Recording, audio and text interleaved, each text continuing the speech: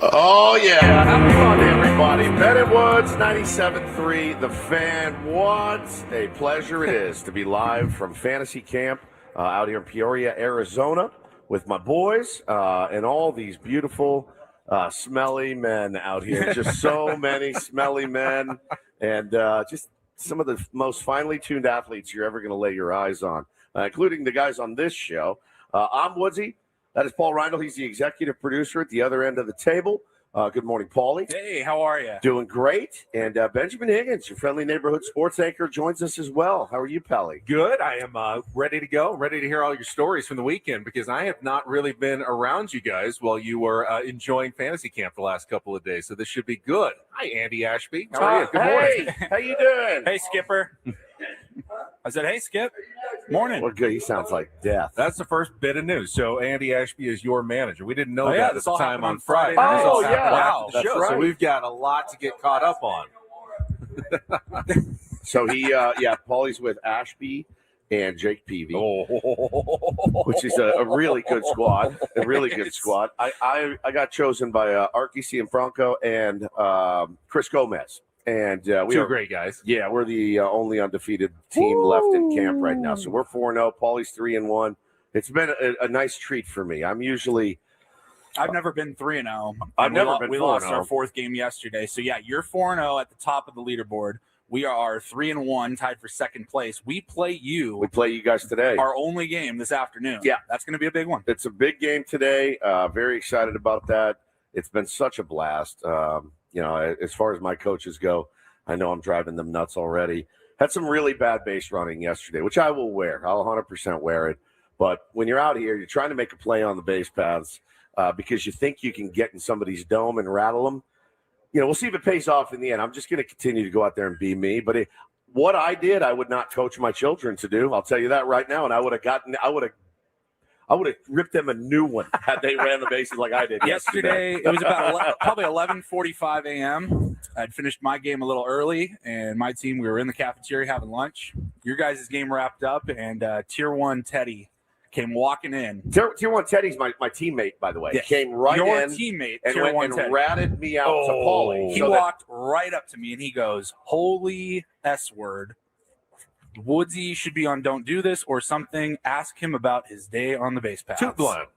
Toot blam. That's the and that's the word I hate the most. I know. I hate toot blam. Toot blam or whatever it is. Thrown out on the base paths like a nincompoop. Correct. I had a few of them yesterday. But listen, hey, man, at the end of the day, it's a results-based business. We're 4-0. I'm very happy about that. But, no, we did see you on Friday. We saw you on Friday. We had a great day on the show. Get out, you run around. And then we decided that the three of us, this is a pretty cool story. Paulie, do you have the coin on you handy? It is in your locker. In my locker. Don't worry about it if you don't. We had a very long day Friday. We drove out on Thursday.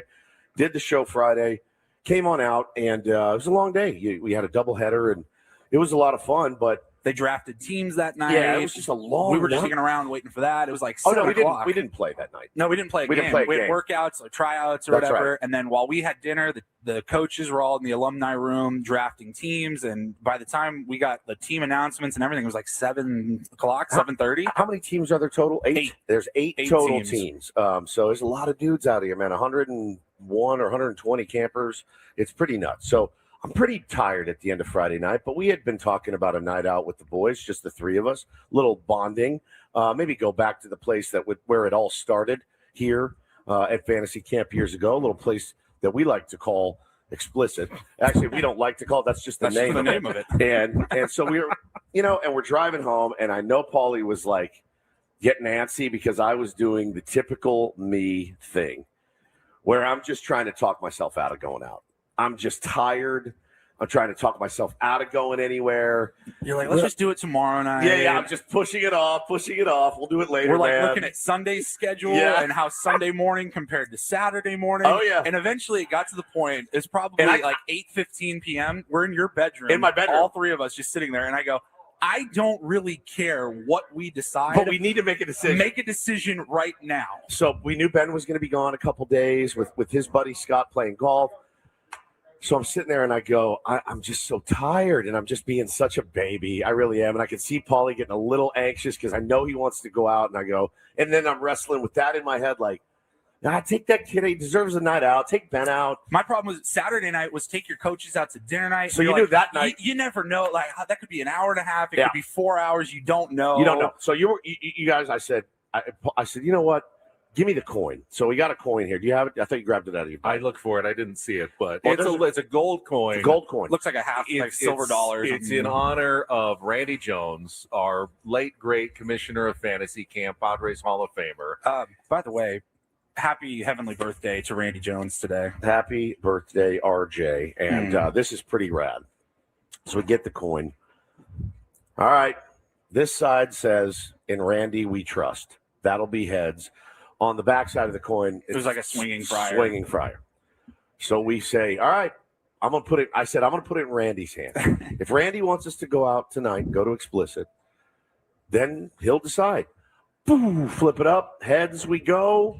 Tails we don't. Flip it up. Boom. And before you turn it over, even I, Mr. There's no such thing as fate and karma. Correct. At that moment, I was going, whoa. All right. I will trust in Randy's judgment. On this one. I will trust in Randy's judgment. Randy gets to decide. So I flip that sucker and I go, boom. In Randy we trust. So it took all of 3 seconds. I go, all right, let's raid. Let's raid. If Randy says we need to go out, we need to go out. I go, that might have been the most efficient decision making It was I've ever amazing. been a part of. And I feel like I'm going to carry that coin with me from now on and be like, what would RJ do? Boom. And just boom. Yep. So I flip the coin. We go out. We head on down to explicit. And, Ben's like, listen, I've got an early golf round. I'll be the DD. And Paulie and I said, fantastic. Love a good DD. We go down there. That stands for designated driver, by the way. So we go in. It's a little dead in there, which is fine. It's a Friday night. It was like 9:15, somewhere in there. So I want to be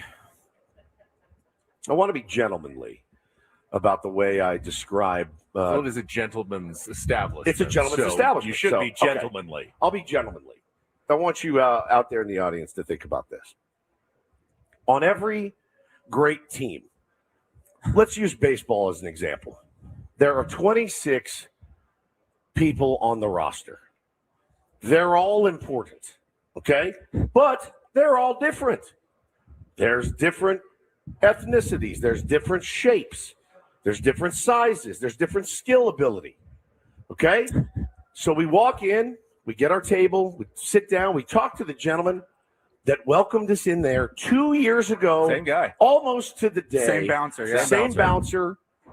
We sit down at our table, we order some drinks, and the 26th man on the roster comes up to our table, the Mason McCoy of the team, and sits on the big guy's lap right here. Now, the big guy here. We were there for like maybe 30 seconds? Yeah, maybe 35 seconds tops. So the 26th man sits on. Hadn't even taken my jacket off or anything. We had just sat out. 26th man comes up, sits on the big guy. And I have no idea what to do at this point. Now he's not. He's never managed a baseball team, okay? Now he hasn't even managed them in his head. So, being that he's never managed a baseball team, he doesn't know that it's okay to say, "Hey, Mason, why don't you go get some grounders over there, and I'll be with you later in a little while." Okay? So the 26th man is sitting on Ben's lap. And he's being as gentlemanly as he can be because that's what he is. He's very kind, and he is engaging in conversation. She reached out. She said hello to me and Paulie. Very tiny hands over to say hello, nice to meet you. Now I'm starting to get uncomfortable because I know that he doesn't know to just say, hey, go to the backfields. I'll be with you later. Don't want to be rude. Exactly. And I didn't either. And Paulie didn't either. I got up and left. I was like, I'm going to go grab water from the bar. I said, I'm going to go check out what the bathroom looks like. So I come back. And I'm going, where did they go? Like, I don't have any cigarettes, but there's a patio. Yeah. So I So we literally abandoned ship. And I'm walking around. I come back. I'm looking. Paulie's sitting in the front of the stage, just back to bed. I had to get out of there. So, you guys, this is, I can't even just, now, amongst the 26 men walking around, not men, but you know what I mean, the 26 teammates. The players. Fernando's there, Manny's there, Merrill's there. I'm talking the Babe Ruth might have Babe been Ruth there. could have been there as far as I'm concerned, right? So we're walking around, and it's great. It's great. But every time I shoot a glance over to the table, there's our skipper working with Mason McCoy again, just still unavailable to shake Mason McCoy. And he's got his, well, we gave him a stack of singles for his birthday, and that stack is getting smaller and smaller and smaller and smaller and smaller and smaller and smaller. And Mason is getting all of the singles. Mason got a lot of ground. He got a lot of hits that night. Yeah. A lot of hits.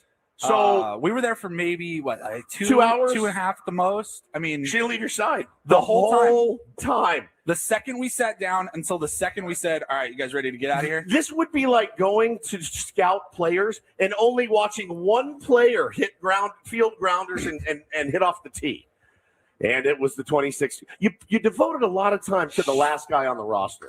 Good glue guy on the roster. Great glue guy. Yeah, she was a great glue. Every team needs one. Really? They can't all be superstars. Very nice. I may have a new pen pal now, for life. Now, here's the best part of all of it, and I need it confirmed, because overheard by our beloved producer, Paulie, is what I heard, an actual quote to this young lady was this. Paulie, would you like to paraphrase it?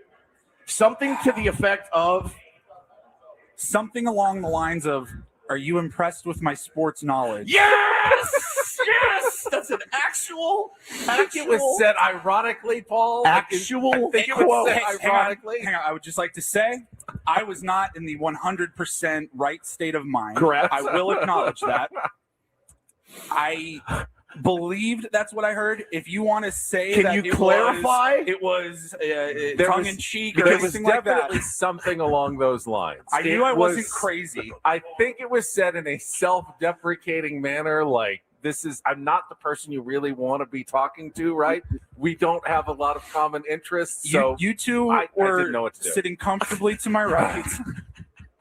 I had my back turned on your left, and I was like drinking some water, and I just heard something like, are you impressed with my sports knowledge or my vast sports knowledge or something? And I go, I need to leave. I need to get out of here right now. I gotta go. This is too much. This is too much for me. And I thought to myself, if that's him spitting game, it's the greatest game of all time. Aren't you? It sparked a conversation me and Ben had over, 2 Chainz or whatever they were playing in there about Chucky Lozano no longer with San Diego FC. Yes, that Ben. Paul did ask me. I may have missed something. Did Chucky Lozano? Is he no longer on SDFC? I was like, and I go, Ben, yeah. is that what you and Mason McCoy are talking about over here? You guys, when Paulie told me that, I almost peed my pants. I go, no, he didn't. And Paulie goes, yes, he did. I go, no, he didn't. I go, I'm going to have to sit down and give him So just a little tiny word of advice. Yes. Just tiny. Yes. Never ask somebody if they're impressed with anything. They'll tell you if they're impressed with something. That's just a general rule of when you're talking to 26 man on the roster, first man on the roster. Doesn't matter. Hey, aren't you impressed with what Nobody likes when somebody spits their resume at them. Does that make sense? Yes, it does. Because we didn't like it when we've talked to certain managers. They like to spit their resume at you. Like, hey, I know what you're capable of. I guess what you just have to realize is I was trying to get designated for assignments. You really were. And it was not happening the way I wanted it to. You wanted to designate her for assignment, and Exactly. it was not happening. But let me tell you, if that doesn't speak to the kind of human being that our friend Ben is, he would rather sit there and wear it for 2 hours than be unkind. Yeah. And I think that is something that should be celebrated and appreciated. Ben was dad on Friday night. He was to the driver. to both of us and to her. I And think. to Mason McCoy. She said over the course of how long were we there? Two and a half hours. Yeah. You spent easily 2 hours with her. I mean, the only time she left my side was when she had to like go on stage. Like they called her, I guess I have to leave, and I was like, okay. And she's like, "Don't worry, I'll be back." And then she came right back. But she must have said at least 15 to 20 times. You're so nice. Yeah, you're so nice. So nice. She's not used to that. I guess you and not. I stepped out for a second, Woodsy, and we came back to the table, and she goes, "Oh, you guys really love each other. Like, Yes. you guys all work together Yeah. and really love each other." We really do, and we had such an elite, fun time. I laughed till I cried, as I always do, and it was just so good. And our sweet baby just sitting there going.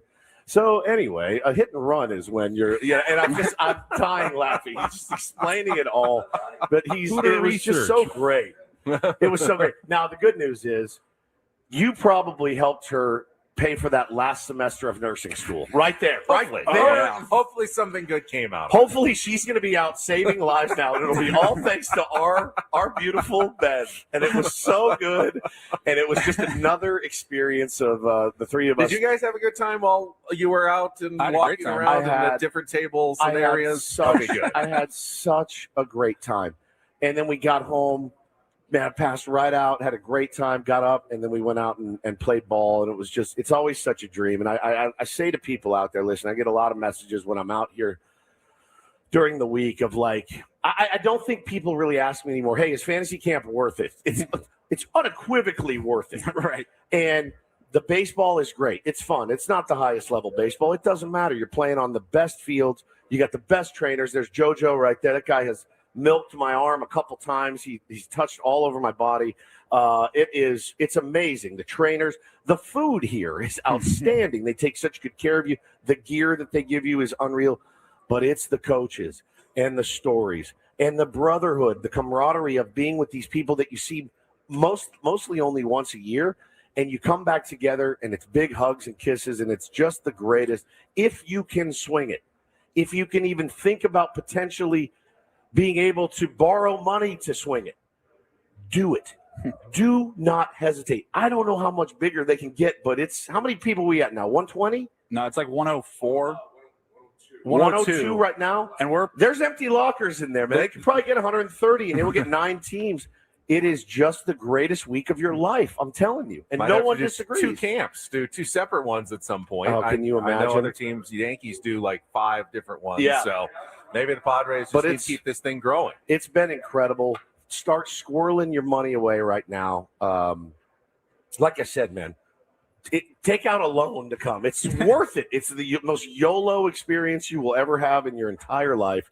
And it's just been a blast. It always is. How's our friend Major Garrett doing? He's doing great. First fantasy camp rookie out there. We feel terrible. We all do, because we have an Airbnb with Major and his producer Arden, both amazing human beings. I've seen them for 10 minutes in 4 days. We're on different teams, so we're on different schedules.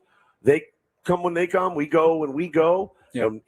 They're not out here for work, so they're going to all of the evening festivities. That's right. And we're already asleep by the time they get home, and then we're leaving the house before they wake up in the mornings. I was walking out to a field with Major. I played against him yesterday, his team, and he goes, if we were roommates this week, I would never know. I haven't seen you guys. I don't know. I feel so bad. Do you think they're mad at us? I don't think so. I told them very early on. I gave them a ton of a heads up. I said, look, you're more than welcome to stay with us. It's nice to have a house instead of just a hotel room. You probably won't see much of us because when we are home, we just go straight upstairs and get ready to go to bed. I'll be honest with you guys. I've been doing really well with my eating and my working out and my stretching and all that until last night.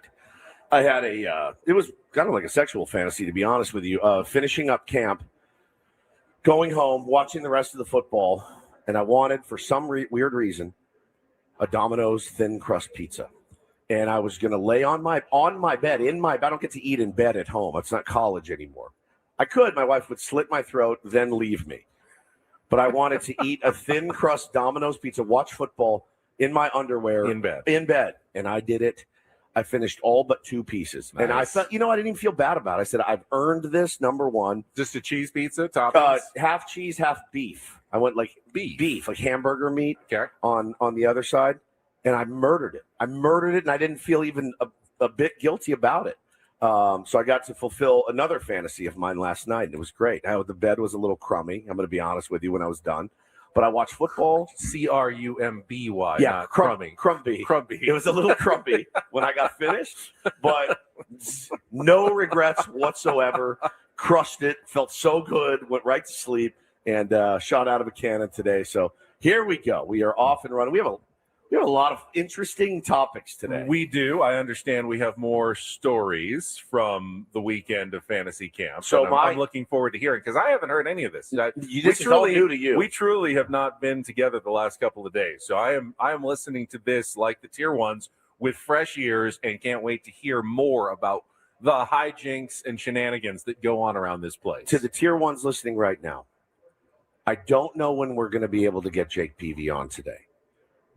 Be here when and if we do. We're looking at potentially maybe 8:05. We have to do a team photo, a group photo, the whole camp at 8 o'clock San Diego time sharp. So Woodsy and I will have to run out there for that. And then my plan is to grab Peavy's arm and bring him back in here because they did something to their team, a.k.a. Paulie's team, that is a new fantasy camp legendary story. You will not want to miss it. It is incredible. And they'll tell that story later, and nobody better to tell it than Jake Peavy. 7 years here at fantasy camp. It was the craziest thing I've ever been a part of here. You guys are going to die. I showed up yesterday morning on Sunday, and like people were coming up to me and going, "Were you a part of the dinner?" The dinner. The dinner. It's elite. It's an elite story. Anything that reaches the status of the yeah is pretty, especially at a place like this. I can't wait. I do not know any of the details. Not one bit. That may be a little after 8 o'clock. We do know Mud Grant's going to sit down with us, right, at 7 o'clock this morning. He should be rolling in any minute. That's coming up in about 37 minutes. What a beautiful man he is. Of course, we will get into some of the big stories. You mentioned one of them. Chucky Lozano no longer with SDFC. Big baseball news with Alex Bregman over the weekend. Finally had a major signing. It's the Chicago Cubs who landed him. And college and pro football playoffs. Pretty much some of the best football you've seen all weekend long in both sports. No doubt. A couple of bad games. That's about it. Everything else was absolutely fantastic. That Bears-Packers game was one of the all-timers. So we'll have plenty to talk about. Let's get our first time out. We got Adam Klug back in the studio running the ship for us. We appreciate Adam getting up early on a Monday morning. We will start things off when we come back with the big news of the weekend. Ben Woods on San Diego's #1 sports station, 97.3 The Fan. Let's get our first check of traffic with Kelly Dad.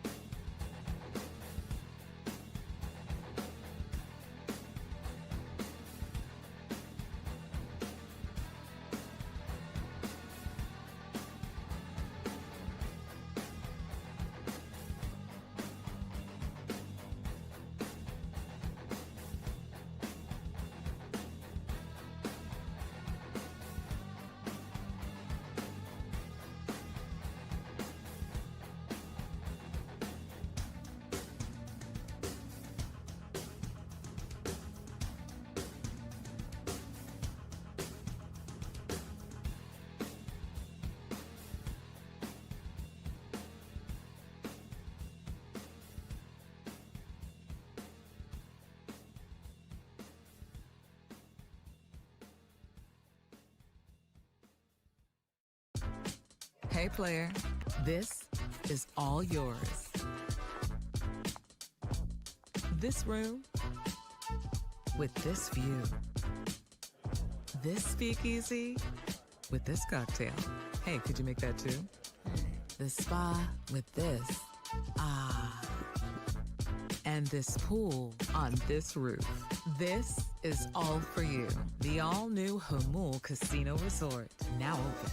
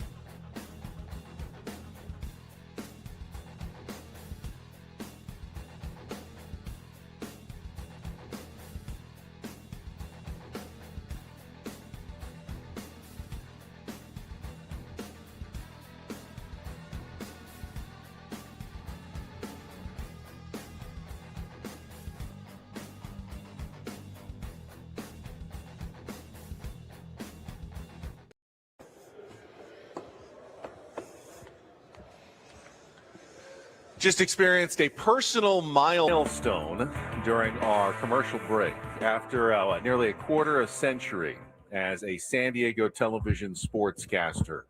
I just saw my first fellow sports TV anchor in town in their underwear. Yeah. I've never seen one Yeah. in their underwear before, but Jake Ariani from CBS 8 just walked by into the training room in nothing but his boxers.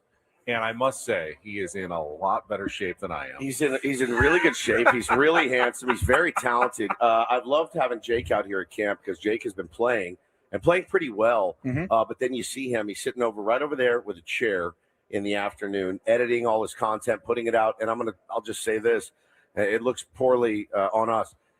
He has kicked the ever-loving crap out of the Ben and Wood show as far as producing content and putting it out there from Fantasy Camp. I mean, we're at a 1. He's at a 10. It's his first time. He's putting together a 2-minute package. He's wet behind the ears. It's not a 4-hour show. Yeah, we're doing a 4-hour show, but he has just crushed it, and good dude to have out here too. Great guy. Love him. Yeah, he's very, very kind and nice. He but just makes everybody look bad, both physically, like his work ethic, his skill on the field. I mean, he's really showing good. out. He really is. Yeah. I see it now. Yep. I see it now in all of its glory. Yeah. I've seen a lot more hog this year than I wanted to. If I'm being completely honest, a lot of freedom in that locker room that I'm in back there. There's no, like you said, partitions in the shower. Right. So I walked back. I've seen a lot of old flat butts. Oh, there's a lot of flat butt around here. Yep. But I walked by yesterday, you guys, and I was going to the bathroom to get a little deodorant, some lotion for my face because it's so dry. And there was one of my teammates, and this was weird. I thought this was an odd way to shower. He didn't have his back to everybody like this. He actually went the other way and was staring me dead in the eye and washing his hair, and he was nude, and he's just staring at me. I'm like, hey, how we doing? And I walk into the bathroom, and you can just turn around and wash your hair, and the stream still comes down this way. I don't know what the logic behind it was, but I've seen more hog this year than I wanted to, if I'm being honest. A lot of meat around. The coaches get their own, yeah, which is, I think, I'd be insistent if I was one of the coaches. Yeah. Oh, I mean, you don't want to be a Gen Pop in there, dude. You do not want to be. You want to be in solitary confinement. All right, if you're here, you do not want to be in Gen Pop. Look, Greg Garcia literally grabbed breakfast right now. He's going to walk right into the coaches' room, eat it in there. He's like, get away from me. That's exactly right. You can only get worn out so much, man. At the end of the day. Greg Vaughn is the greatest. Greg Vaughn is the absolute greatest, man. How you doing? Gee, good to see you. Good to see you. Will you jump on with us later on today or tomorrow? You're the best. I'm gonna come dude. find you, okay? Now I'll tell you guys a quick story about Vaughnie real quick. He's a first-time coach out here at this fantasy camp. He coached for he's done Brewers camp before. Yeah. He's the scariest dude on the planet. He has ripped his team to shreds. And not even in like a, hey, haha, I'm joking. He's like, you guys are the worst baseball players I've ever seen. I've never seen anybody that hits the ball as poorly as you do. No one's throwing hard. Nobody can catch it. And one of our guys, Ben Varela is his name. Ben is an absolute G. He is Jason Mraz's guitar tech. He's the best dude you will ever meet on the planet. He's been in the music business for years. Vaughnie, in front of 100 people, was like, he calls him Chuck Knobloch. He goes, he can't throw. He goes, what? He literally can't throw. Why would you come to a camp if you can't throw a baseball? He has worn, Ben is just sinking in his chair. He's like, he has personally killed us. He has killed us. It's been unreal. If I get picked by Vaughn next year, you better bring your A game, dude. I'm telling you, he's terrifying. Terrifying. So he's been great. He lives out in Vegas now. He makes me want to go to Vegas to hang out with him. He's so cool. So cool. So we'll have Vaughn on. He's amazing. When Vaughnie sits down, he will do so on our David P. Shapiro fan hotline. David P. Shapiro, criminal defense attorneys helping good people regain control of their future when charged with a crime since 2010. Visit davidpshapirolaw.com. We're going to have Mudcat Mark Grant joining us at the top of the hour. Let's start with the baseball news. There was really just one major headline over the weekend. The Chicago Cubs really now joining the Toronto Blue Jays as the most aggressive teams in the offseason. In just days after acquiring Edward Cabrera from the Miami Marlins, they pick up Alex Bregman on a reported 5-year, $175 million deal, outbidding the Boston Red Sox for Bregman's services. I saw the Red Sox wouldn't go higher than around 160 for Bregman to get him back, with no trade clause and deferred money as well. So the Cubs gave the no trade clause, the full 5 years, $175 million, and they get their bat to presumably replace Kyle Tucker, who is still out there on the free agent market. But the team that knocked the Padres out of the playoffs, looking like they are going for it strongly here in 2026 with the Alex Bregman pickup. I thought it was a really good pickup for the Cubs. The Red Sox Nation is in just pure shambles at this point, because if you can remember how the timeline went down, okay, they locked up Rafi Devers to a 10-year deal. I mean, they had him for 10 more years. Rafael Devers was an absolute stud for them. hits the ever-loving crap out of the baseball. He was enough of a franchise player that they said, we want you here for a decade. We're not going to make the same mistake we did with Mookie Betts. Correct. And let him get away to the Dodgers. We're going to keep you, right? So then Alex Bregman becomes a free agent last offseason, and they say to Alex Bregman, ooh, what if we put him at third and maybe we can move Devers or DH Devers? And Devers says, I don't want to do that. And they said, oh, don't worry, we're not going to. We're not going to do this. We're not going to do this without talking to you first. Well, they did it.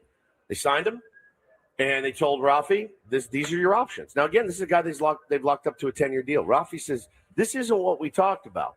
Fine. Bregman comes in. Everybody starts to hate each other. They said, man, Devers is a problem. Let's get rid of him for peanuts to the San Francisco Giants. Let's trade a franchise player to the San Francisco Giants for peanuts.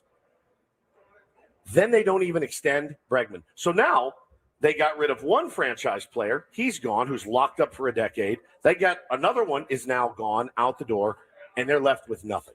So done. And they're still the only team that hasn't signed a single free agent this offseason. Correct? The last of the 30. The memes of Craig Breslow and the masterclass have just been incredible this weekend. So yeah, neither of those guys on the team in 2026.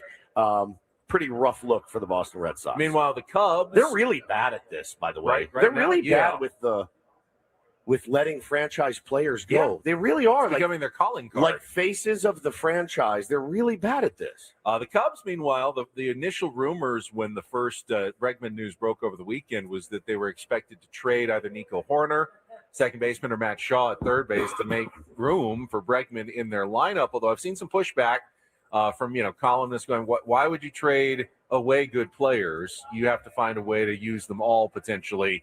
Find a way to keep those guys if you're really going for it here in 2026. Because remember, Bregman's bat, as good as it is, maybe replaces Kyle Tucker's bat. So offensively, you still need offense if you're the Cubs. You got better pitching with Edward Cabrera. They're definitely improved, I would say, this offseason, but not a perfect team by any stretch of the imagination. And every team in the National League is chasing one team. That's the Dodgers. I don't know that the Cubs have come close to coming what they need to do to catch the Dodgers as well. So, offseason still has a lot of moves, a lot of wheels still spinning here.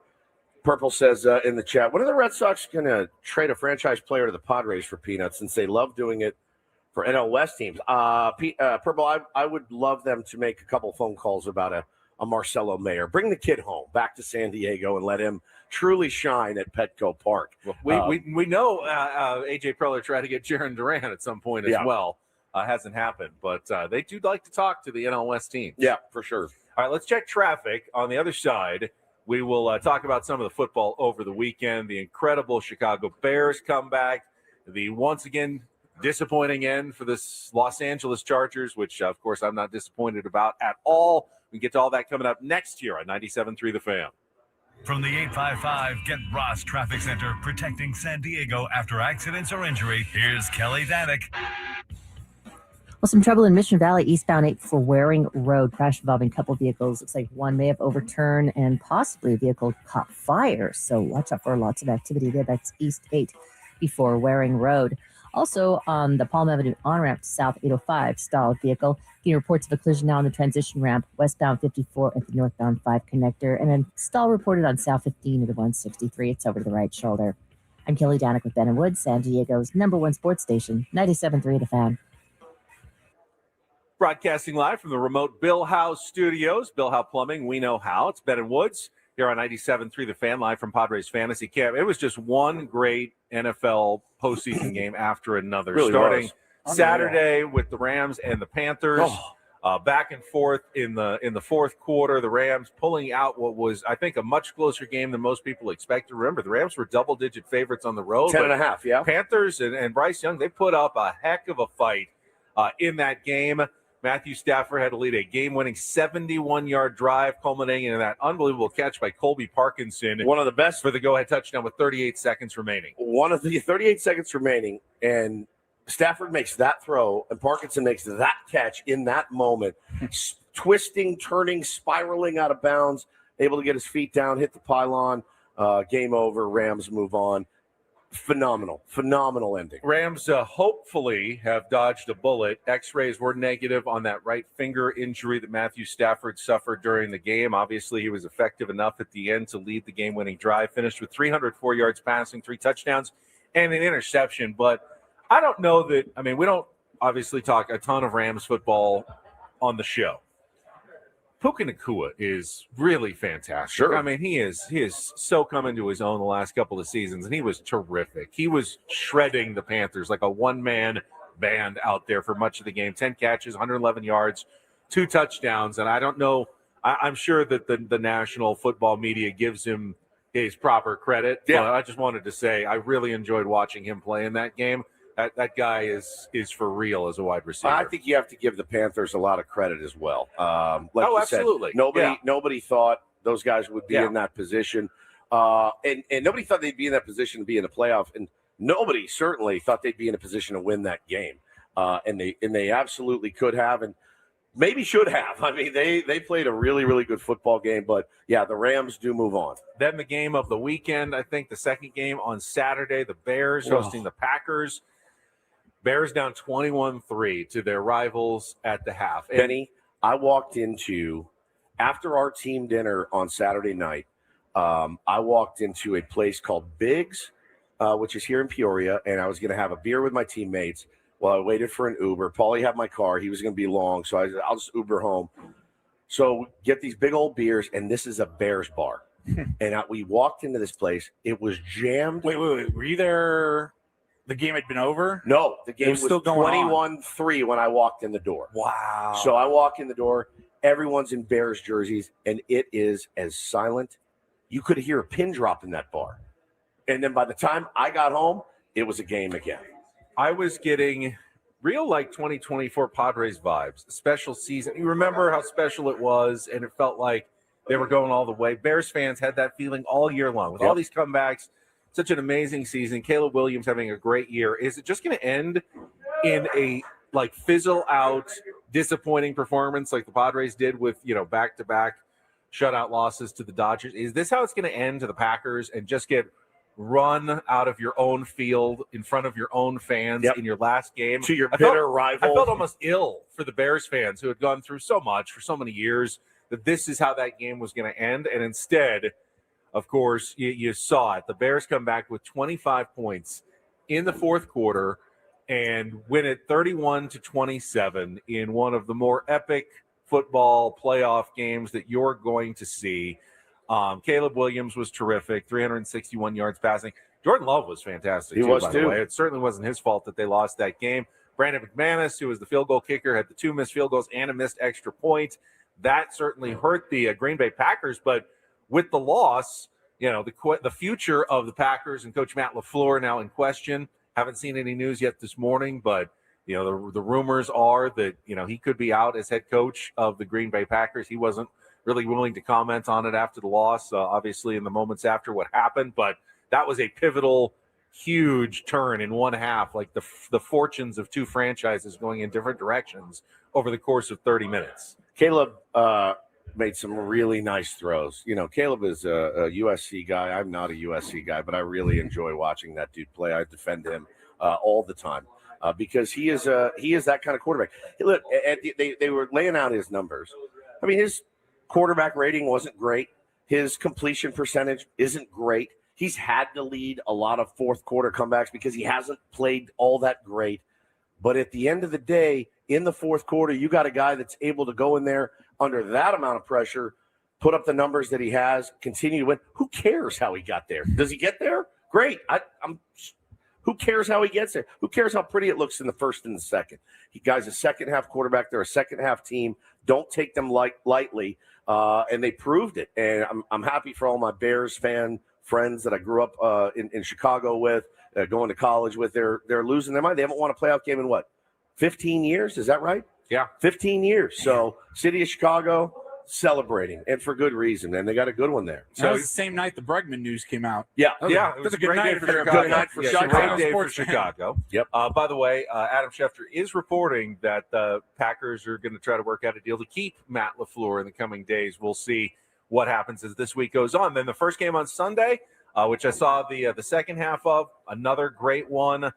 I thought the Jaguars were going to win, though. That was my pick this weekend. I thought the Jags were going to do it, and they certainly had a chance. They took the lead in the fourth quarter, back and forth. Again, another four touchdown fourth quarter between the two teams, going back and forth between Josh Allen and Trevor Lawrence in a very exciting game. But ultimately, the Buffalo Bills, who had not won on the road in the playoffs in 33 years. McDermott was 0-5. Yep. Going into that game. We were playing ball, and they were updating us on the score. And then finally, they just punched it in. Game over. I heard there was like a 10-yard push or something. So the Bills were down 4, driving with just over a minute to go. They're at the 10. They do the tush push, and they can't stop it. They go all the way from the 11 to the 1-yard line, and then in what was probably perhaps a mistake by Sean McDermott, because the Jags didn't have the timeouts left, they scored right away with 1:02 left and gave the ball back to Jacksonville, which gave them an opportunity to maybe get a field goal, maybe even win the game. Trevor Lawrence did end up throwing the tipped interception, so it was okay for the Bills, but they could have kind of tried to take a knee for a play or two, run a clock down, and then score with much less time. Obviously, you're risking not getting in, but with Josh Allen there at the 1, you got to feel pretty good. You got to feel pretty good about your chances scoring. That could have been an epic mistake, but the Bills get away with it. The epic mistake would have been, let's take a couple of knees and then we'll punch it in. That would have been and then you don't punch mistake. it in. It worked out. They ended up getting the stop on defense. They advance. And then you had the 49ers-Eagles game in Philly, where the 49ers lose George Kittle to a torn Achilles, yet somehow Brock Purdy finds a way to get it done in the fourth quarter, leading the 49ers back with 13 points on the road. One of the more impressive road. We went to Philly. You know what that place has had to be like in that game on the road for a West Coast team that's been battered by injuries like the 49ers. That's a really impressive win, and maybe one of the more surprising ones, I think, of the playoffs. What's it like in Philly this morning? Not good. Not great at all. Not even a little bit. Fire Sirianni, Purple says in the chat. Yeah. Oh, they're pissed. They're pissed. They're calling him a fraud. How many has he won for them? 1, 2? They have one. One. He has one, but they have two in recent years. I don't think the Eagles were ever a legitimate Super Bowl contender, so I don't know how much this has to be the definitive loss for Nick Sirianni. Sometimes you lose. Every team, in fact, loses except for one at the end of the season. Now, came probably around too early for the Eagles, if they're being honest, but again, I give the 49ers a lot of credit for how that one played out at the end. Now, I know you've been champing at the bit to talk about this one. Certified Chargers hater. Are you part of that Chargers hater club? I'm not, but I want to have those cards. Secretly, I'm kind of, you know how I feel. My only real goal every NFL season is to make sure the Chargers don't hoist the Lombardi Trophy at the end. So mission accomplished. Another successful year for me as an NFL fan. I've never truly been happier because every year you get nervous. So far, every year I get nervous, but it's like every year I win the Super Bowl because they don't. Yeah, fair. I tried to cheer for them for my whole life, and I was always disappointed to the end. Now, when you cheer against them, you are always happy at the end of every season. It makes when sense. You're a Chargers hater. It's a lovely feeling. Justin Herbert was just mauled, just absolutely like a street fight, mauled in that game. The Chargers had no idea what the Patriots were doing defensively. Their schemes, their blitzes, they looked like the most confused offensive team in history. Impressive. They, of course, the Chargers, being the Chargers, have had a lot of injuries, but their coaching schemes were completely off in that game. And the New England Patriots are back to the divisional round for the first time since 2018. They didn't do much offensively either. Didn't score a touchdown until the fourth quarter on the pass from Drake May to Hunter Henry, but it was enough in the 16-3 win. That was definitely the worst game of the weekend. But one more year goes by after the Chargers left San Diego. It'll be a decade after this year, after next year. And really, still have made no inroads in Los Angeles and had no lasting or notable success since leaving San Diego. I think Justin Herbert's a good quarterback, but Justin Herbert is now 0-3 in 3 playoff games. He had the really bad one last year with the 4 picks. Wasn't great. But again, he's one of those guys in the mafia. Once they make you, you're now a made man. You're part of it. He's made. He's not going to get any criticism. Nobody criticizes Herbert. It's the line. It's this. It's always. It's never. They put it on a lot of other quarterbacks, though, right? Like it's on Josh Allen to get it done. Always. It's always on Josh Allen. It's always on Patrick Mahomes. It's always on Jalen Hurts. Yeah. It's never on Justin Herbert. I find that odd. It's never his fault. It's always the line or the coaching or whatever. At some point, there's going to have to be some criticism of Justin Herbert. He makes a lot of money. He makes a lot of money. For a guy who's never won a playoff game, he makes a lot of money. He makes a lot of plays, too. He does. They're not in the regular in that season. He makes a ton of them. They're not in that position without Justin Herbert's massive ability and toughness. I mean, he spent the year on his back pretty much, and but he's just one of those guys. He's kind of a made man, a media darling, if you will. Doesn't get a lot of grief. You're not going to hear a lot of grief from Cal Hurd today as it pertains to Justin Herbert. You won't hear a lot of grief from Jim Rome, but you will hear it about Jalen. You'll hear it about other quarterbacks that are supposed to do it by themselves. And Justin, he skates that. And that leaves us with one wild card game. It is tonight. You will hear it here on 97.3 The Fan. The Houston Texans visiting the Pittsburgh Steelers. It's for the final spot in the divisional round of the playoffs. All right, we will take our first break. When we come back, live from Fantasy Camp, scheduled to be joined, haven't seen him yet, by Mark Mudcat Grant to start on Monday. He's here. All right, that's coming up next year on Ben Woods. Aztecs basketball.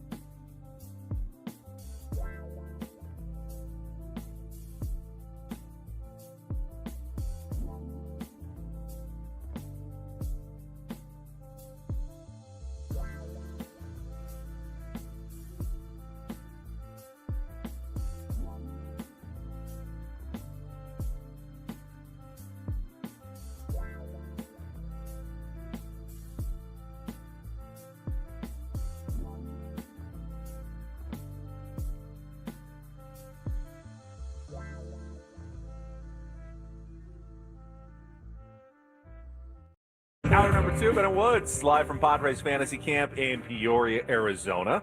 Have some Don't Do This coming up in a little bit, including something that's gone viral that I know Woods and I are going to discuss and probably have opposite opinions of a little bit. But before we do anything else, let's welcome in our first guest of the day. Our first guest of the day. You know him from Padres television broadcasts over the last, 30 years now? Mark Mudcat Grant. Hi, guys. Hello, buddy. Greetings. Are you bright-eyed and bushy-tailed? We are, ready man. to go. And so are you. I'll say this. It's like Rodney and Caddyshack. Yeah. On that dance. It's the dance of the living dead. No, it's the dance of the living dead. You look great. You never age. Well, I was just going to say the same thing. You look the same. It's part of it, You though, guys that are you too went kind. bald so early Yeah. with the dome and the shaved head that now you never age, though. You look exactly the same as you did like I've 20 talked years about ago. this on the air. Donnie and I have talked about it at great length sometimes. You know, he loves the sun. He loves the sun. He worships the sun. Does he lay out? Oh, Does he really We've got some he lays pictures. out? On the road. we've got some pictures. One of the hotels in Texas, was it the Four Seasons? They've got a lazy river. Oh, yeah. He had a blow up one year, and he's just Like an inflatable. lumbering around the lazy river. And one of our producers, Like the got- inner tube on the mini yachts. yes, got a picture and kind of went viral, and it was like, all bets are off. Now, he does sunscreen and stuff. I don't know. I don't know, but he's on his way. He's never to- asked you to get his Yeah. back a little bit? Yeah, You know, right. But I don't like the sun. I've got to be in the shade. I'm a shade guy. I'm a hat guy. You wear the big hats, I yeah. have to. Fair skinned. Yeah. I see my dermatologist. This is like a PSA for other people. Go see your dermatologist. Oh, yeah. I go I go- twice a year. I go twice a year as well. And, I get stuff burned off. And, but getting back, you guys are too kind. Thank you, though. Do you have a skincare regimen, or is it just sunscreen and sunscreen and just big brimmed hats? I wear a lot of hats and stay out of the sun. Jergens on your face, or Nivea, or like what's the? Because I spent a lot of money on mine. I still look like an old saddlebag. Woods is a product guy. I'm a big Neutrogena is a good brand. It is solid, Yeah, very solid. And a Can't go wrong. Free plug, not a sponsor. Not a sponsor, no. But no, it's I'm all about taking care of the epidermis. Okay, good. Sorry about knowing the terminology. Yeah, no big deal. No All big right, deal. so give us the lowdown. How's fantasy camp going again? It's going Back? great. Okay, It's good. going well. A lot of familiar faces. A lot of repeats. Yeah, And about Woodsy, you 80%. probably talked about it. Paulie's probably talked about it as well. Paulie's looking solid over there, dressed in the brown and gold as always. Over 100 campers. It's just unbelievable each and every year.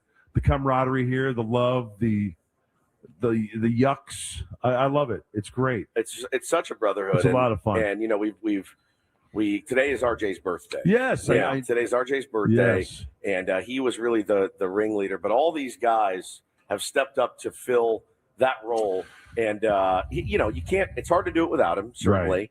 But man, like just thinking about all the memories of RJ. What do you have a favorite Randy Jones story from your and his dynamic? We worked in radio back in the I 90s know. briefly, pre and post game shows and he was all about fun. I'm not telling you guys anything new that Right. you didn't already know, but it's always good to talk about it and rehash it. But Randy always had the great attitude. In fact, the one phrase or two phrases that Randy and I always shared, and this started back in I forgot how it started, but I Randy can't was always believe like, either of them is safe to say on the radio. no, No, yeah. Hey, he goes, every time I'd say, hey, RJ, how's your attitude?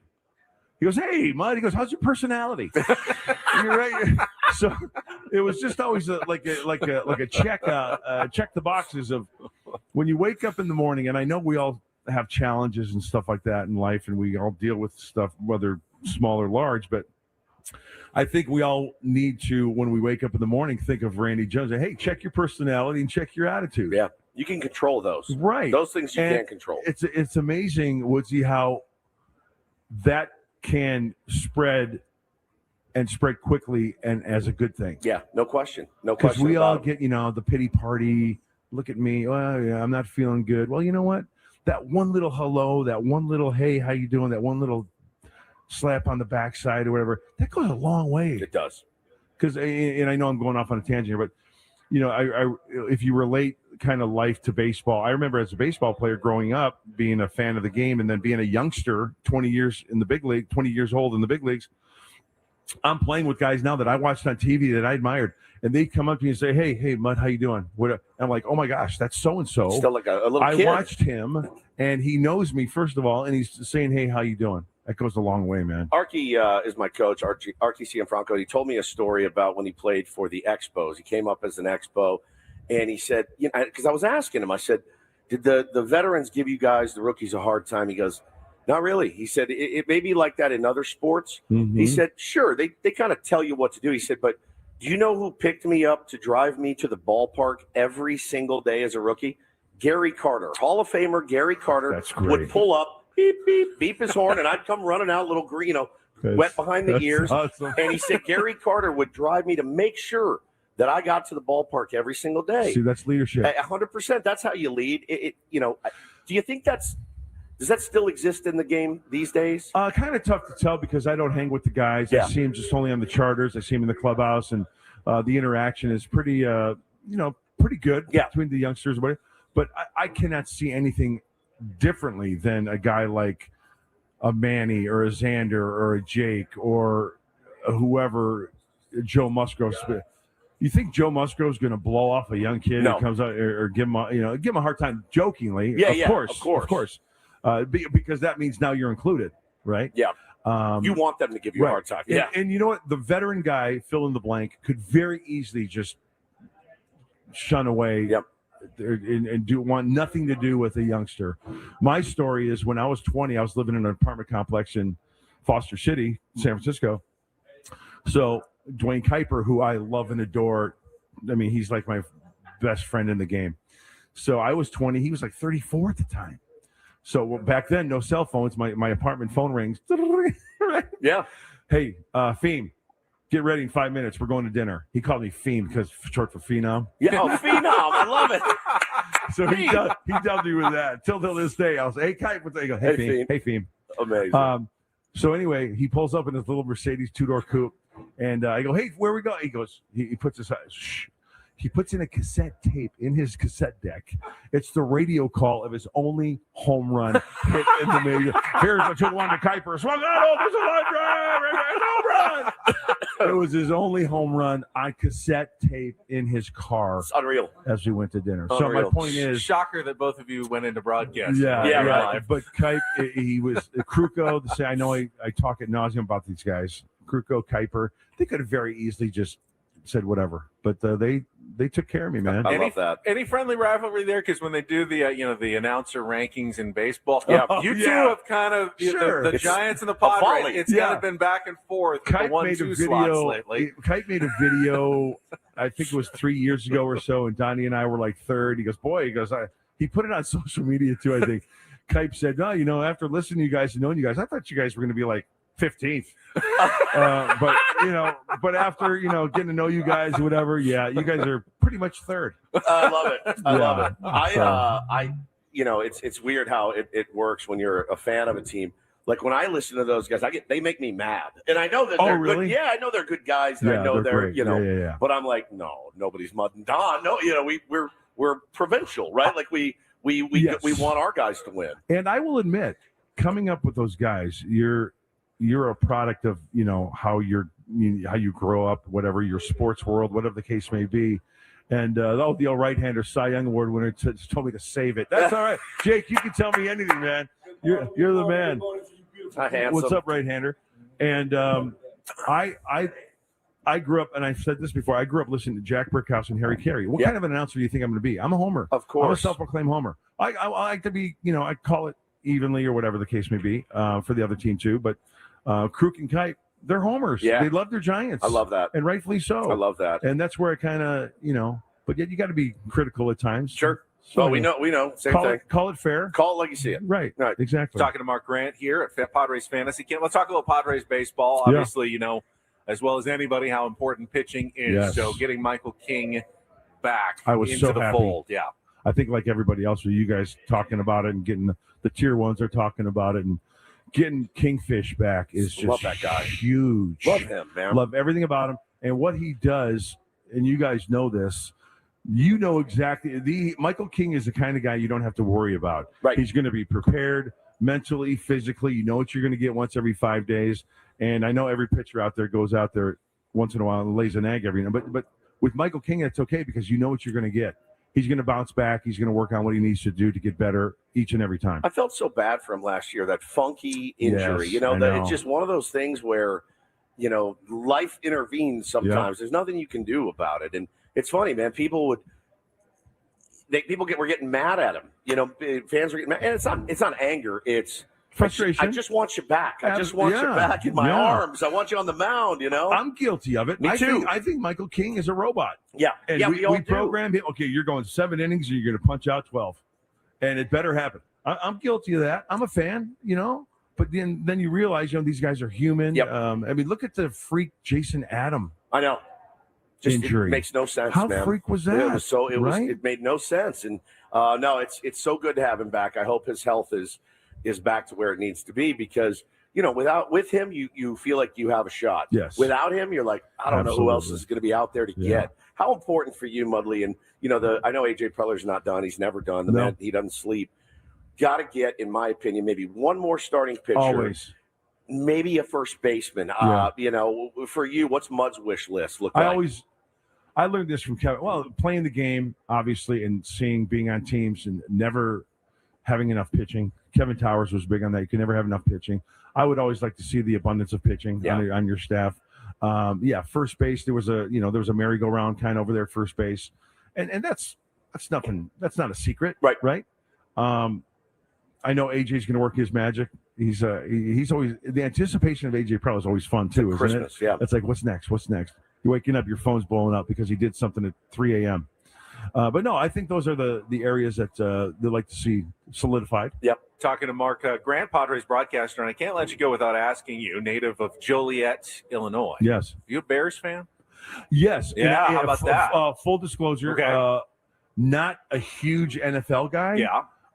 But I do root for the Bears because there's been some lean years. But 85 has gone a long way. It's been a long. They've milked that 85. They've milked it for a long. Maybe the best NFL team in the history of the league. Yeah. I mean, certainly you can make an argument. I would think 94, so. 49ers, 85 Bears. I mean, the Cowboys, there's a few candidates, but the Bears are right there. Yeah, a couple of things regarding that game. How about the fans? How about the people who brought the cheese graters? Oh, yeah. The was heads, that cool? The hats. And then, did you see the guy dressed up that Ditka as the sleeveless sweater with the incredible? Perfect. I mean, the whole scenario. I mean, it's so iconic. The I mean, whole- Saturday Night Live is made. the whole scenario of that was great.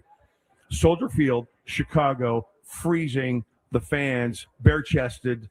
It was just the whole thing just came back with the way I guess the Bears have been playing this year. They've been a late late heart attack team, but comeback kids every single time they did it again. They fulfilled the script against your rivals, which is the Green Bay exactly, Packers, which is the best. How you guys doing though? Good. We're doing great. Life's good. Doing great. Life's great. Show sounding great. No complaints. I drop off my son in the morning. I switch it because he listens to 80s on 8. Yeah. And then I switch over to 97.3 The Fan and listen to you guys. I will say when we're on the show and we're talking and we get a text from Mud, it does make our day. Oh, well, thanks. It brightens our day to know you're listening. I know we say stupid stuff from time to time about the team and whatever, but you're looking at Mr. One saying stupid stuff right here. So this will be how many years calling Padres games? My 31st season. Come on, it goes by man. quickly, and I'm so lucky. So to sit in that chair with Donnie. That's so not, great. I mean, not the same chair. Because, same chair. Sitting alongside Donnie and what the fans have, the reaction, and we love talking ball. We love bringing it to you. You guys are awesome. The best in the business. Oh, thank you. Best I appreciate that. Mud, always good sitting down with you. And good news, we got some Tears for Fears and Toto coming up next coming year. up That's next. great. All right, So, we're good It's to go. Hold the Line on 97.3 The Fan. Mark Grant, Padres broadcaster, joining us on our David P. Shapiro fan hotline. David P. Shapiro, criminal defense attorneys, helping good people regain control of their future when charged with a crime since 2010. Visit davidpshapirolaw.com. Let us know if you ever need a criminal defense attorney. Sure. Mud, hopefully you don't. When we come back. Now, Ashby might. Don't do this. Don't do this. The post-game news conference that Heard has around the blown world. up, heard around the world in the Jacksonville Jags locker room. Wow. We'll talk about that coming up next after a check of traffic with Kelly Danick here on 97.3 The Fan.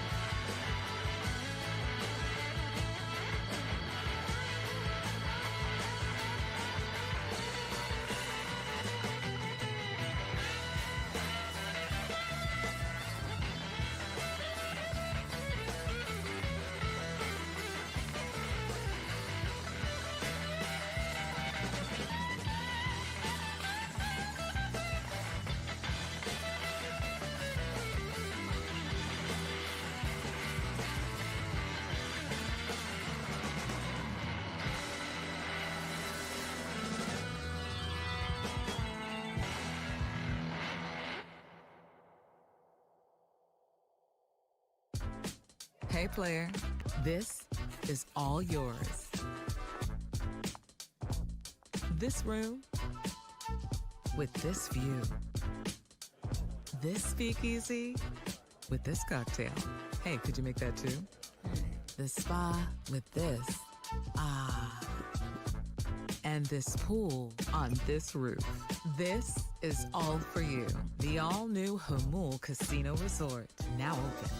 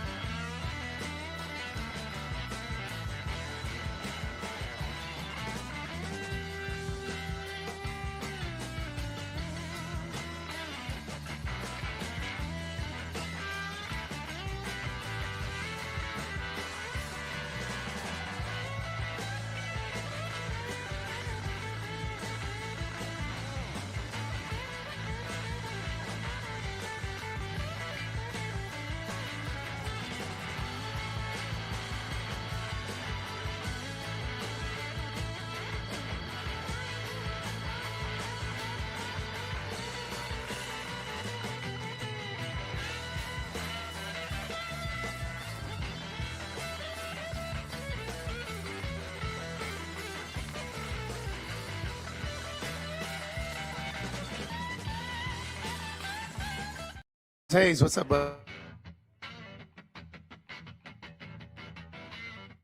It's because we do have the opportunity right now to talk to another of the legendary camp coaches, former Padres slugger Greg Vaughn, sitting down with us here with Ben Woods on 97.3 The Fan. Greg, it is great to meet you for the first time and talk to you. Hey, glad to be seen, glad to be heard. It's good to have you here. We've gotten to hang out a little bit, had lunch together the other day. You live out in Nevada now. How do you like living out in Vegas? Oh, I love it. I mean, it's you're 20 minutes away from everything. Yeah. You know what I mean? And it just seems like it's gonna become the sports capital of the world. It really will. Yeah. And who are some of your neighbors you were telling me about?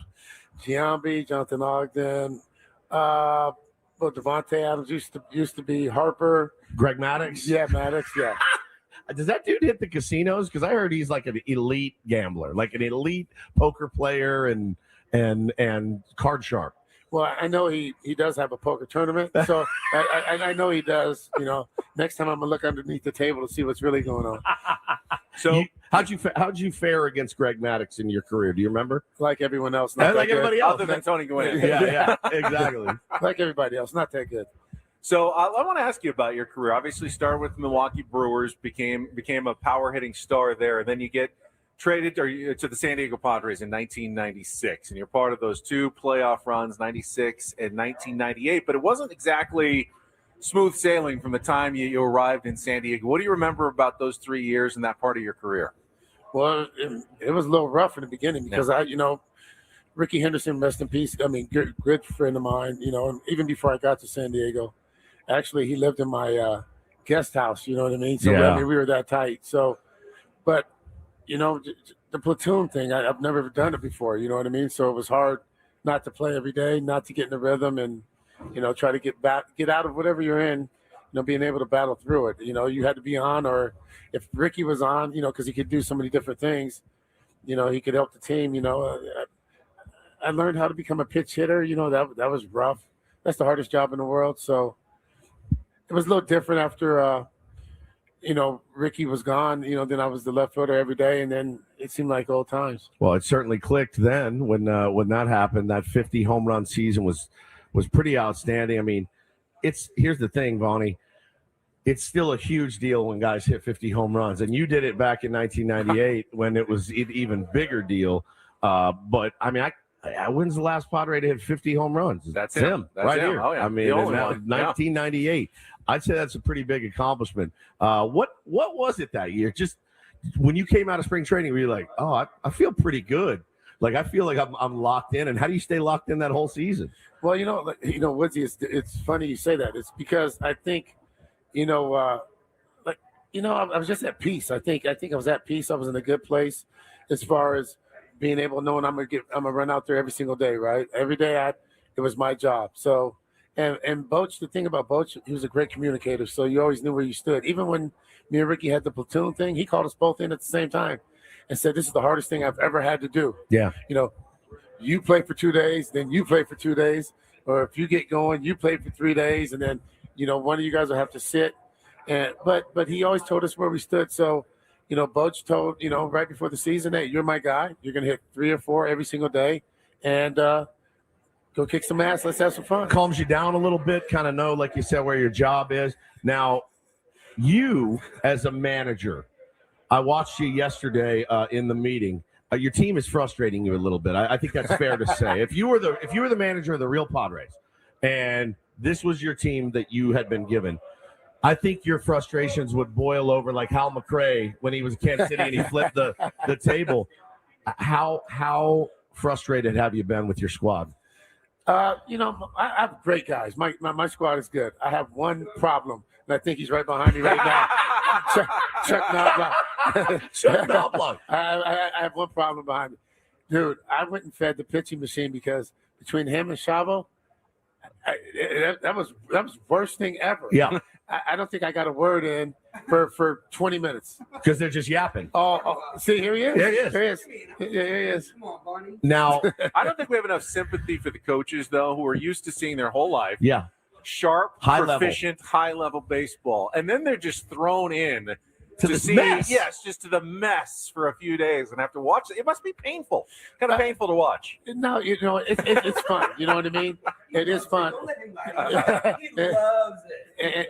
And I think it's a reality check for the campers. All the guys that when they're in the stands to you, asking you, "What are you doing? How could you do this?" Yeah, right. It's a little tough. It's sometimes the ball here is on a tee and people still can't hit it off the tee, and then you're yelling at Manny Machado for swinging at a 94 mile an hour slider, tailing away. It does give you a lot of perspective. It does certainly us for broadcasters as well. It's a really difficult game, even when it's sitting on a tee. Hey, see, perfect example. This guy right here behind me. Perfect example. to a T. You're talking about to a T. Yeah. And then we have somebody like my fan gentleman over here, Gary. I mean, takes instruction well. Yeah. Coachable. Very coachable. He's uncoachable because he can't be quiet enough to listen to what you're saying. You got to listen. That's it. Talking to legendary power hitter Greg Vaughn. And Greg, I've always wanted to ask you this. The 1998 playoffs, one of the most special times in San Diego sports history. I was lucky enough to be there for Game 4 of the NLCS against the Atlanta Braves, but beating the Astros, then the Braves, getting to face the Yankees in the World Series. The atmosphere at Qualcomm Stadium during that run, what do you remember of that? I have chills just thinking back as a fan about how loud it was in there and the passion from the Padres fans during that run in 1998. Well, I think they willed us through it too. You know what I mean? Yeah, I mean, it was hard not to want to bring a World Series trophy home to the city of San Diego. What I do remember is I could actually feel it through my feet. You know what I mean? That the ground was moving. I mean, serious. It was unbelievable. And then clinching those playoffs when Trevor would come in between Hell's Bells and the freaking, it was unbelievable. And it was crazy, too, because they just didn't stay to the third out. They stayed for hours after the game. You know what I mean? So it was unbelievable. It was a good time. And, I'm just sorry we didn't get to run it back. Maybe if Richie Garcia would have called that one a strike, we'd be talking about a different conversation. Yeah, man. Greg Vaughn, I'm so glad. And I know, you've been welcomed back into the fold of the Padres, and it takes two, right? And you had to say, yeah, you know what? Let's come back. It's such a privilege and honor to see you out here. How's it been back in the coaches' room with the guys? It's been awesome. You know what? The thing about it, the coaches and our text chain, we have never we never missed a beat. You know what I mean?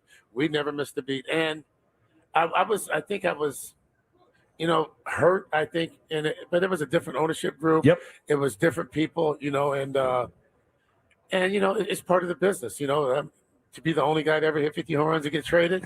Damn, I thought I did my job. Yeah, you know what I mean? But I feel like he should be out here spring training. You know what I mean? Get Vaughn around these young guys and working with those dudes. Is any interest there in ever getting back into the game in that respect? Yeah, I'm at, like I said, I'm at a place in my life now where I can do whatever I want, and I'm at peace. As long as I can still play golf, I'm good. Yeah, you know what there I mean? it is. All right, we'll get on the link sometime. I don't want you to be late for the clubhouse meeting. Last thing you need to be is fined in kangaroo court. Yeah, that's true. Greg Vaughn, good luck finding Vaughn really, in kangaroo court. really appreciate it. Thank you for sitting down with us. All right, thank you, guys. All right, we'll take a time out. When we come back, we'll get to that Don't Do This story out of Jacksonville and more with Bennett Woods, live on San Diego's #1 sports station, 97.3 The Fan. First, though, talk about my daily fantasy spot. Prize Picks is where I play every day against the numbers with a chance to win real money. It's fun. It's easy to play. It's so easy to sign up. All you have to do is download the app at prizepicks.com and use the code KWFN. You're going to get $50 in free lineups when you play your first $5 lineup. What does that mean? All right, you put $5 of your own money in it, and they will give you $50 on top of that to start setting lineups between 2 and 6 players. You're just picking against the numbers. Again, all you have to do is use the code KWFN to get that $50 in lineups when you play your first $5 lineup.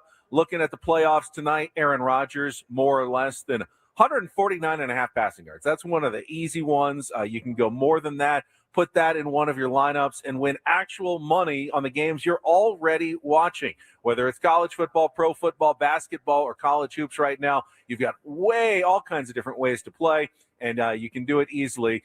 Taking Venmo, Apple Pay, MasterCard to load, and then withdraw money from your account when you win. Super easy at Prize Picks, where it's good to be right. Must be present in certain states. Visit prizepicks.com for details.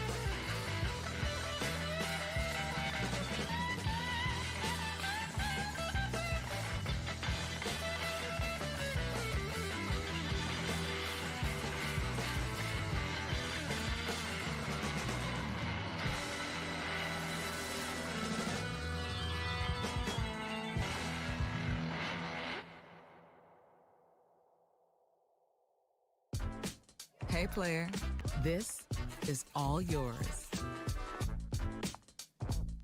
This room with this view. This speakeasy with this cocktail. Hey, could you make that too? The spa with this. Ah. And this pool on this roof. This is all for you. The all-new Hamul Casino Resort, now open.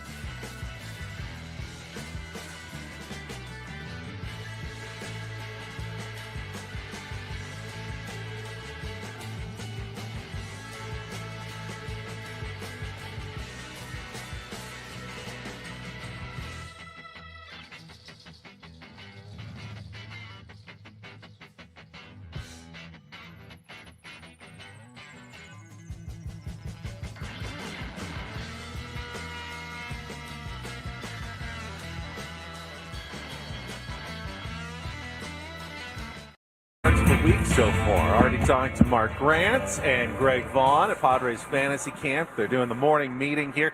These days are full.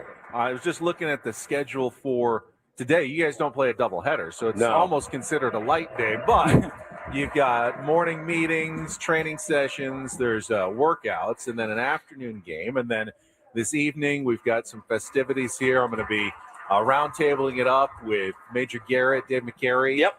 In the locker room with pizza coming in for everybody. And this is still got 2 more days left. You've got Tuesday and Wednesday. And you guys are finally in the running for potentially a championship for the first time, right? Both of your teams are doing well. It's been so long since I've played on a good team out here. Now, we've got some injuries mounting right now. Don't know what's going to happen. But no excuses from the what's the name of our Padres Power couple? The Power Bottoms? No, Paul, different radio host entirely. This is it's been a good run. It's been a lot of fun to be 4-0. So we'll find out what game you get to at the end of the date on Wednesday. My team's gotten extremely lucky. There's a lot of good arms out here that can throw the ball hard, and every other game is a machine pitch game because we don't have enough of those good arms to last throughout the whole week. And all of the teams that we're facing in the machine games, they all have the best pitchers. Yeah. So they are completely neutralized. And then, we face Woodsy today in a live pitching game. So we should have a good Could there matchup. potentially be a Woods v. Paul or Paul v. Woods pitching versus batting matchup during the game? Possibly. I don't know if I'm going to throw again today, but I don't know how much we need this game as we're undefeated, so we'll figure it out. If we win this game, there's a very good chance we'll play each other in the championship, I think. Potentially, which would be awesome. They actually gave us an update yesterday. This is a new thing that Fantasy Camp has done. Every year they do a reunion game at Petco Park where you can get a ticket to a game. We're all in a suite or something, and it's good to see everybody from Fantasy Camp. And Tom Seiler told us yesterday that they will do something new. That game, they will have a pregame ring ceremony for the winning team at Fantasy Camp at Petco Park. On the field, on a ring ceremony. Which is insane. So Craig Stammen to come out and deliver your ring personally. I'd like that. Well, you can't both win unless one gets traded in the next couple of days again, like you were last year. So I am really looking forward. Top of the hour, we are supposed to be joined after your team pictures by Jake Peavy. He is here, fresh face. Looked like he got a really good night's sleep. Looks like he's so well rested, ready to go. And I can't wait to hear what happened at the dinner And I don't know the story yet. It's unbelievable. With Paulie and Jake Peavy and what happened over the weekend. So we'll find that out coming up. First, though, we're going to check traffic. We'll get to that. Do this story, or is it coming out of Jacksonville next year on 97.3 The Fan? From the 855 Get Ross Traffic Center, protecting San Diego after accidents or injury, here's Kelly Danick.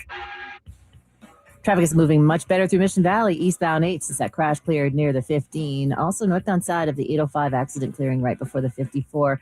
Now on westbound 52, right before Fanita, reports of a stalled car in the center divide. I'm Kelly Danick with Ben and Woods, San Diego's #1 sports station, 97.3 The Fan. Don't do this. It's time for Don't Do This. What were you thinking? 3 stories from the world of sports that make us all shake our heads. Why? How many times do I have to tell you? I'm sorry, I fudged up, guys. You idiot. You moron. Dumbass. The apple sometimes does fall from the tree. Don't do this Do not tweet that. with Ben and Woods I like a Nickelback song or two. on 97.3 The Fan. Don't do this. Brought to you by Dixieline Lumber and Home Centers, helping San Diego homeowners and contractors fix it, build it, and enjoy it. Woods, you get to go first today. I will get us started. Saw this news break over the weekend. Outfielder Max Kepler, free agent outfielder Max Kepler, been suspended 80 games after testing positive for the performance-enhancing drug epitrenbolone. I'd never heard of it before. Played 127 games last season with the Phillies. It's batted .216 with 18 home runs, 52 RBI. He was ranked number 41 on Yahoo's list of the top free agents available It's this not the winter. greatest advertisement for epitrenbolone. It's really not. I've never heard, but that's fine. 216 Still, average. Still, it's prohibited. So Yeah, 80. So he's staring down the barrel of an 80 game suspension. First thought, I mean, there's never a good time to get popped for PEDs, but while you're a free agent, it's got to be the worst time. Yeah. Max Kepler has had a solid major league career. If this is near the end and how it ends, that's not a great way for it to finish, unfortunately. No. And it's the constant race. I mean, who knows what new performance-enhancing drugs continue to be developed and enhanced, and that means they're going to have to find testing for each of them, as that the cat and mouse game always continues between Major League Baseball, the testing authorities and players who are looking for the edge, any sort of edge that they can find. But Max Kepler, definitely not a good time. I mean, it's never a good time. Like Jurickson Profile, it was when he got brutal the Braves, last year. It was brutal, but he had a team. You lose the salary for 80 games, but then you come back, you start getting paid again. Your contract's still guaranteed. That's a tough one, though, when you're a free agent. Not going to be a lot of teams knocking down your door It's tough, now in man. this offseason. Bad timing. All right, so I've got this don't do this story, but I'm actually going to give this guy the benefit of the doubt and say there must be something funny going on with the coach at New Prairie High School Wrestling, where Marcus Freeman was watching his son, Vinny, in a wrestling meet.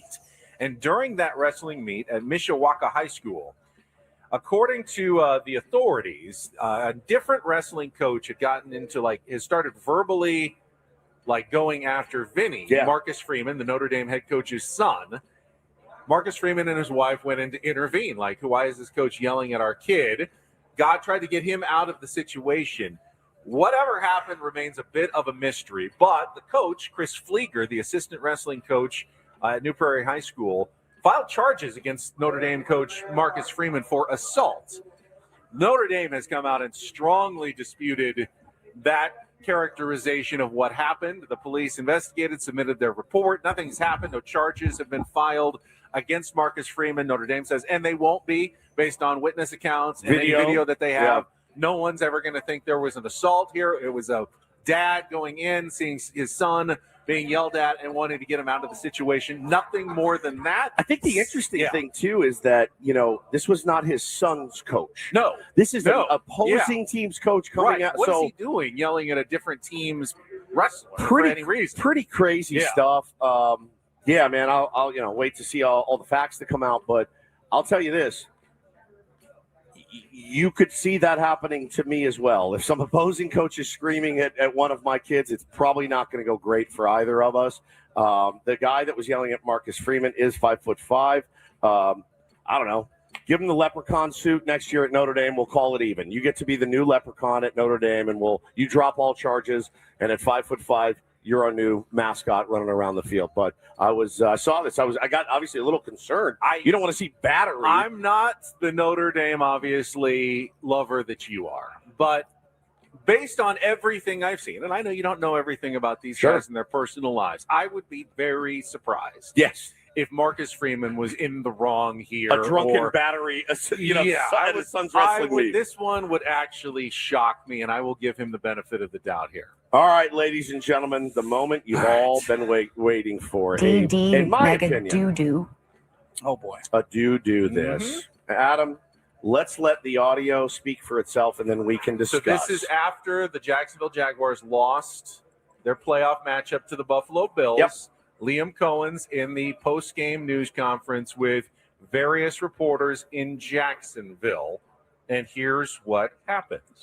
I want to tell you, congratulations on your success, young man. Thank you you. hold your head up, all right? You guys have had a most magnificent season. Thank You did a great job out there today. Appreciate so you just hold your head up, okay? Thank and you, ladies ma'am. and gentlemen, Duval, you the one, all Thank right? you, ma'am. keep it going. We got another season, okay? I appreciate Take it. care and much continued success to you and the entire team. Thank you, man. All right, that is a 19-second clip of a 30-year veteran from the Jacksonville Free Press. And this lady has divided the entire planet just by 19 seconds of genuine, sweet kindness. Does she not sound like the sweetest, nicest lady in the world? All I know is that I would like her to leave me a voicemail that I could listen to in the morning when I wake up. Baby, go out there and dominate today. Go out there and be brilliant today. Go out there Could be my alarm clock. and hold your head up high and know that you're doing a great job. I could use it. We all could use kindness like that. Now, listen, I'm newish to sports radio, 8 years in, and I've said it before. No offense meant, really, some offense meant, but I don't think there's a faction of human being that fancies themselves more than a sports reporter, that thinks that the world would stop revolving without their questions, their pieces, whatever it may be. They're a very self-important bunch. Just my experience, my personal experience being around them and him for 8 years, 8 years straight now. Now, you have a problem with this. I do. Wow.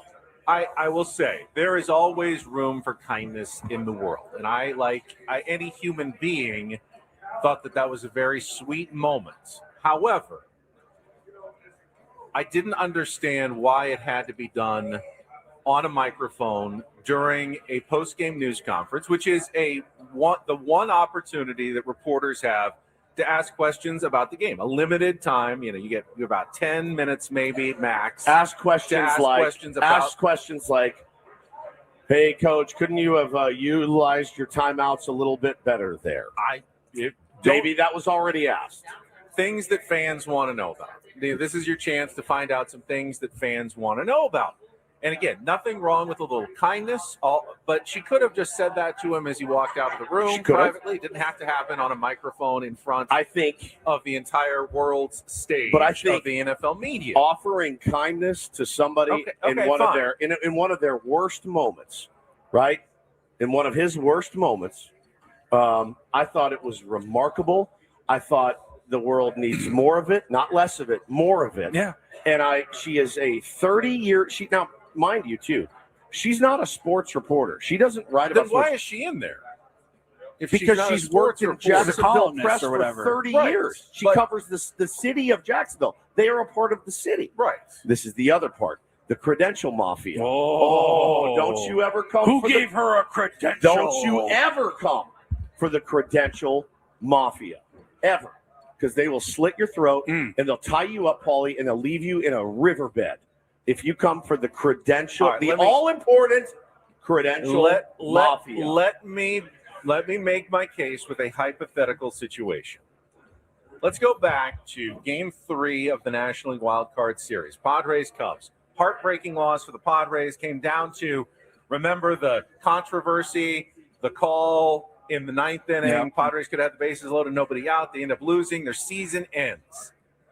If they had gone into the post-game news conference and instead of asking a question, Kevin Acee had just gotten up and told Mike Schill, hey, Mike, I just want to congratulate you. You guys worked your butts off this season. You had a great year. Nothing to hang your heads about. Just wanted to say thank you. Great job, man. Would we have been okay with that, or would we have wanted to know some of the ins and outs of that game and that series in that one opportunity? Because that was the only time really you ever got to talk to those guys about that game. I think it's apples and oranges because Kevin Acee is a beat reporter for the Padres. She is not a beat reporter for the Jacksonville Jags. If someone else from San Diego who like would never give me a name. Let's say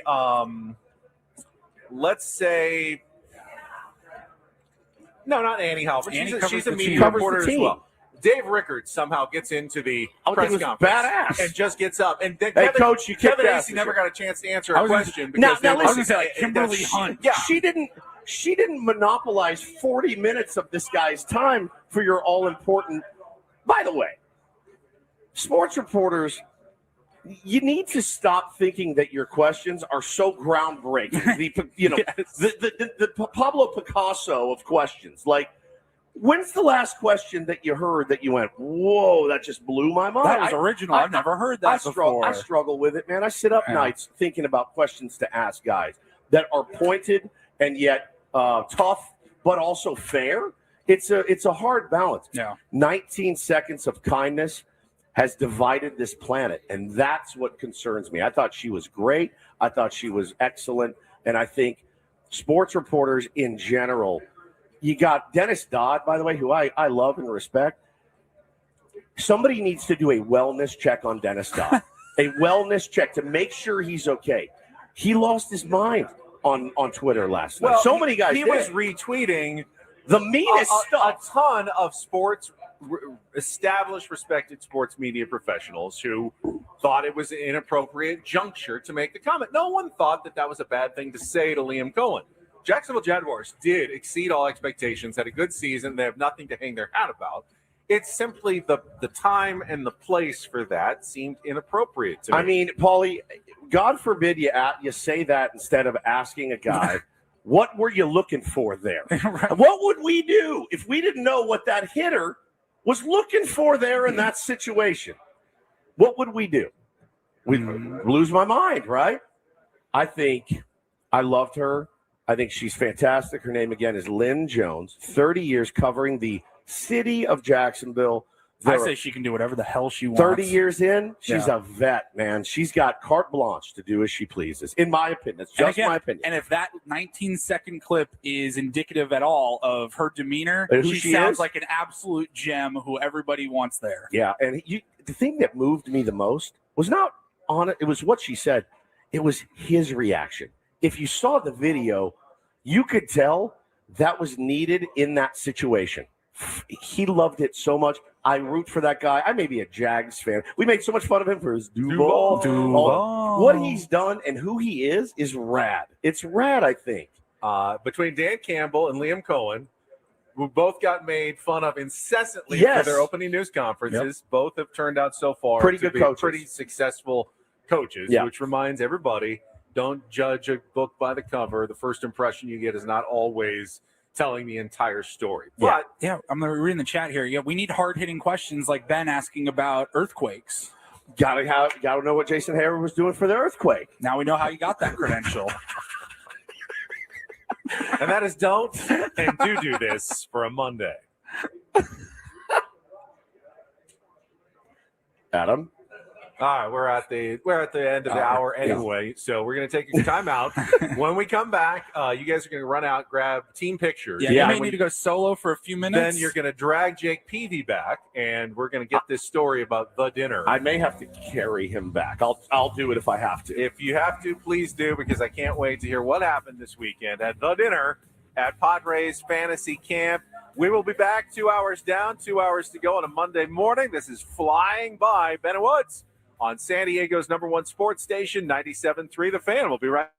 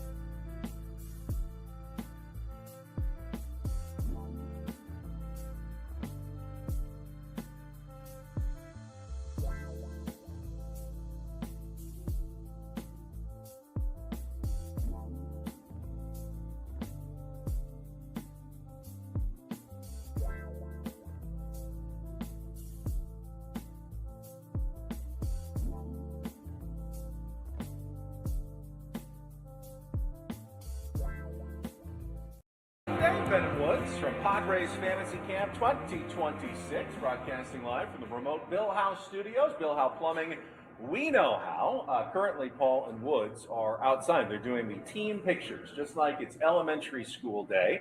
And they're getting all the campers together for one giant photo, and then each of the teams will get their own individual team photos a little bit later this hour. But they should be back here in just a couple of minutes.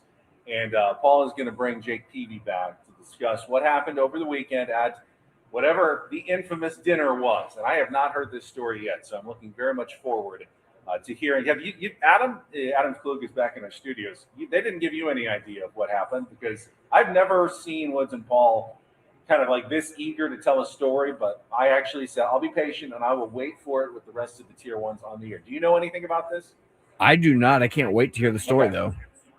I'm very excited about it as well, but I have literally no idea what Jake Peavy is going to tell us when he comes out here. But I have seen some of the videos that Woods and Paul have been posting of some of the coaches and comments that they've had to say, just kind of as they speak to all the campers. And it's always appreciated to see these guys giving and imparting their wisdom to the, just the rank and file, basically Padres fans who are here at Padres Fantasy Camp, over 100 of them. So they should be back here in a couple of minutes. But Adam, this gives me a chance to jump into what I really love to talk about. Basketball Ben gets a moment to shine. Talk about San Diego State. I did watch late Saturday night. Their 71-52 win over Fresno State at Viejas Arena. The good news from that game, clearly, Magoon Guath, who has been struggling to find his form after coming off the surgery, the knee surgery that kept him out really the entire offseason, finally had a really good game with 18 points, 8 rebounds, 2 block shots. He was the only one that had a great game, but it was good enough for a 71-52 win against the Fresno State team that is not necessarily going to be doing anything in the Mountain West. Oh, there we go. Sorry. I was on the wrong microphone. Adam was trying to tell me I can barely hear you. Is that much better? You were probably hearing me from like Paulie's microphone from about much better, 3 Ben. feet away. Thank you. That's got to be much better. Why didn't you say something on the air? I was looking like I was getting some notifications on my phone, and then I can barely hear you. The box is wherever my right. This is why we have Paulie Reindl here, because if it was just me running this show, it would be very difficult to get on the air every single day. So now that you can hear me.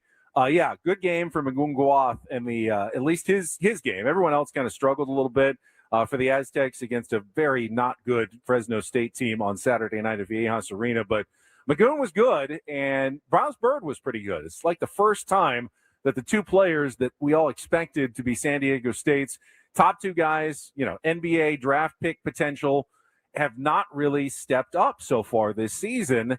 And if San Diego State has any chance of going anywhere this season, getting to the NCAA tournament, which we had all thought was almost like a given at the start of the year, and now very far from the case, they're going to need both of those guys, Adam, and Guath and Bird, to start playing a little bit more like we saw on Saturday night at Viejas Arena. So that was by far the most positive sign of the weekend for San Diego State basketball, was the performance of those two guys, and Guath especially. Yeah, and it's great to see them finally coming around. Those are the signs that you're looking for as Aztec fans get ready for this part of the season, the second half. We're going towards March. You want to start seeing that part from the team. Yeah, for sure. So we can talk about it a little bit more. I want to talk about the Chicken Lozano news at some point as well. But Picture Boys are back. How did the team photo go? I thought this might take a little bit longer because I remember what it was like in elementary school, trying to line everybody up and get everyone going on picture day. So you seem to be pretty efficient there. They've streamlined it, man. These guys are pros. This is a pro camp, and that's what they do. All right, you missed a little basketball, Ben. Talk about San Diego State. Okay, that's all. Good for you. All right, over the last couple of minutes. Also, me turning the wrong microphone on, so the first 2 minutes, no one could hear me either at the start of the hour. So went really well without you, Paul. Don't leave again, I guess, is the moral of the story. But joining us right now, Padres Hall of Famer Jake Peavy is with us here on 97.3 The Fan. Jake, it is good to see you as always, back for fantasy camp again. It is good to see you boys. Good morning to you. Good morning. Picture day, fairly easy for these boys when you're this good looking. Yeah, for one of us at this table, and it's not any of us here. All right, handsome, charming SOB over here to my left. Stop. The great Jake Peavy. Well, so I'm going to tell you this. I'm not a person. I really don't Envy is not one of my 7 deadly sins. Right. It's just not. I have them, all the rest of them, right? But envy is not one I usually feel. I'm going to be honest with you. When Paulie told me the next day about the dinner you guys had Saturday night, I was green with it. And I'm driving us to the thing going, oh, cool. That sounds like fun. Now, nothing against Arky and Go-Go. We had a great time, did a little Korean barbecue. We heard some stories. Paulie's telling me this, and my skin is crawling. I'm so mad. I have no idea what happened. I can't wait to hear this. Well, there's just a part of the big leagues that that is what a lot of my teammates used to call them show dinners. You know, we get together and go out as a group, into the wild, we would call it. You know, it's not easy to take a group of the San Diego Padres into anywhere in public, and it turns into being something. But some of those nights along the way, I think about over a 15-year career, some of the best nights of my career were in the back room of a steakhouse rented out with 15, 20 guys. So we try to give that experience here for our teams. And when we have this thing called Coach's Dinner, I'm not sure how much you've told the guys. Yeah, but, they know. So our Coach's Dinner was at Arrowhead Grill, and we really we talked to Hoffy into coming, which it wasn't hard to come. Hoffy, he gets to float and pick where he comes. Correct. He just picks the nicest and most of the time the fanciest place to go eat. And yeah, we got in there, and our guys, it turned into a beautiful hang. That there was beautiful bottles of wine there, and there was beautiful company and conversation, and that just kept going for about 5 hours. In the back room, we started with 15 of us. It ended with about 25, 30 people being around the table. There was 2 times during the party that we found out it was somebody's birthday in the restaurant, and we sang happy birthday as loud as any white tablecloth place has ever heard that. It was so well received. It was other people's birthday. They wanted it. We were giving it to them. And if anybody's ever seen Trevor when he gets a little bit lubricated and with the people, he's a man of the people. When you bring a Hall of Famer to your dinner, you're adding a lot of extra attention. A little cachet there, yeah. When you're bringing the spirit that he did. So we just really, from start to finish, had a full big league experience. And we were, because we had Trevor, I'm pretty sure, we were just treated like rock stars, and all of our team got to feel that. So super, super cool. Can't really go into any more detail than that. It was a lot of fun. Now, there's some I wonder if I feel like I'm missing something. You are missing something. I feel like I'm missing something. No, here. I guess I'll share this. I'll share this. I'll share this part then. Well, I could. Yeah. The prank. Well, the prank is that the coaches are supposed to pay for dinner, right? No, this is the players are supposed to pay for just dinner. take your coach out to dinner. Take your coach to dinner. This sounded like a very pricey meal, from your description of it as well. That's how the joke kind of came to be, because when we did find out that our players had made reservations at Arrowhead Grill, me, Andy, and we knew Hoffy was coming, started talking and saying, hey, we're going to have thousands of dollars of bill, just as it is. And we just didn't want that to happen. So we had taken care of the bill with the restaurant when we walked in. Me, Hoffy, and Andy just split it 3 ways of what was going to take place. So they knew this. But we did say, hey, look, our players are supposed to pay for dinner. Our bill was a nice one, but we even doubled what our bill was and took it up to where I think it was $9,000. So they said that when Hoffy walked in, because they all got there first, and Hoffy walks in, he goes, all right, time to go. Get 3 seafood towers over here. I want 3. I want 2 of every appetizer. Paulie said the campers are looking at each other going, I can't spend $800 a man tonight. Like I didn't budget this. My wife's gonna kill me. Dude, we were freaking out. Guys are doing math. It's not our strong suits, and we're going, this is a lot more than $100 PF Chang's or something. $100 at PF Chang's. And then Hoffy walks in. He's like, I want 2 of every appetizer, 6 bottles of wine. You guys want to try all the different desserts too afterwards? And we're like, oh my God. These guys are sweating bullets, sitting in there going, this is great. And on one hand, you're like, I'm hanging with Ashby, Peavy, and Hoffy. We're having the time of our lives. But these dudes are running up this bill because they know we're paying. Trying to force a smile. Trying to force a smile. It was the most one of there was, like I said, tons of fun that happened. But when this bill come out and we just the three of us never checked up and just watched our bunch start to pass it around, pass the word, whisper to each other.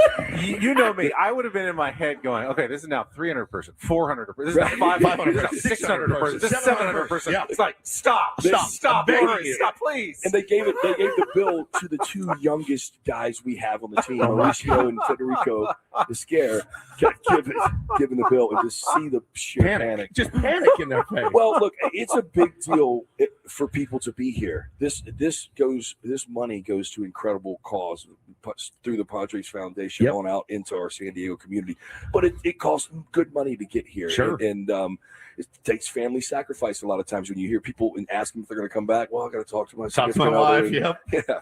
So look, what I was very excited about is that's what we try to do here. As a player, I just want the people who come, who paid their money, to have the closest to a major league experience as they can have. I can tell you this. I've had a lot of team dinners along the way. Like I said, some of my best memories the other night was on par to what would happen on a Tuesday night if our team were in wherever. Milwaukee or something. Right. I would tell you what, our big league team would have a hard-pressed time having as much fun as we had the other time.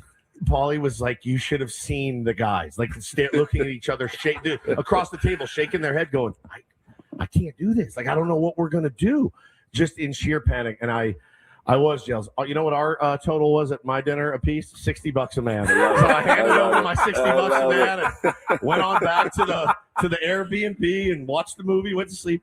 Paulie comes stumbling in at 1:00 in the morning. I'm like, what the hell happened? And he's telling me on the way, and I'm seething on the drive, and I'm like, I was so mad that I didn't get to experience it. I mean, expensive wine bottles broke before they got consumed with that. The seafood towers is what got me, because those things will kill you. I remember ordering one at a graduation dinner. The look on my dad's face, it went white. He went white. Actually, my little brother ordered it, and my dad's face went white. He's like, this is like $300 for shrimp and all kinds of stuff. He lost his mind, but I loved it. I thought that was such a great thing that you guys did. You guys take such good care of all the players. That's the thing I want to get across to the fans too, that have thought about coming out here. There are fantasy camps, I've heard about them, where they like make the lineup and then the coaches are gone. They go drink beer in the stands. They go do whatever. These dudes are screaming on the field, having as much fun as all the campers. Every coach to a man cares about all these people in here, and that's so cool to see. Well, I told my bunch after we were 3-0 going into yesterday afternoon, our feeling as high as we could be, and now we get beat. We don't score. Most of our guys were over. We made errors. Andy, my head coach, Andy Ashby's yelling at the guys. Yeah. Paulie will tell you. Chewing Paulie out, yep. And I told him after the game, I go, hey, again, we're here to get a major league experience. I said, first off, I want you guys to all understand your bodies are trashed right now. Not any time do we watch a major league game on a Tuesday night and we think to ourselves, I think, you know what, Fernando's probably tired. His body's, he's played 7 days in a row and we've traveled around. Like, nobody really has the empathy for the physical toll that baseball takes on you. I don't care how good of shape you're in, you can't play this game hard every night. And even with the best training staffs and stuff in the world, that is a huge part of it that you guys get to feel. The failure, the making of the errors, it happens to the best of the best. There's the manager is yelling at you, our coaches are yelling at you, fans get on you. So I told our guys yesterday, you're getting all the experience. Baseball, there's a mental toughness and fortitude that comes along with this, and you guys get to have that as well. No question. Talking to Jake Peavy here on 97.3 The Fan, and what you were talking about, that pressure, obviously, when you came up as a rookie, was it 2001?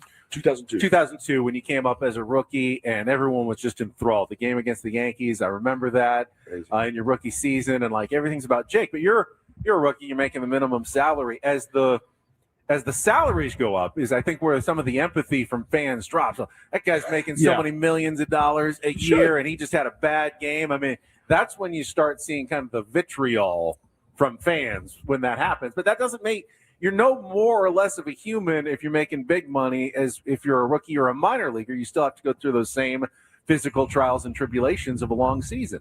But like I don't have any problems when the money is shelled out and given to somebody that we hold that person accountable for a certain level of play. That's what we do in any other job. Sure. So, you hire somebody to come in, they need to pull the weight that you expected and you hired them to do.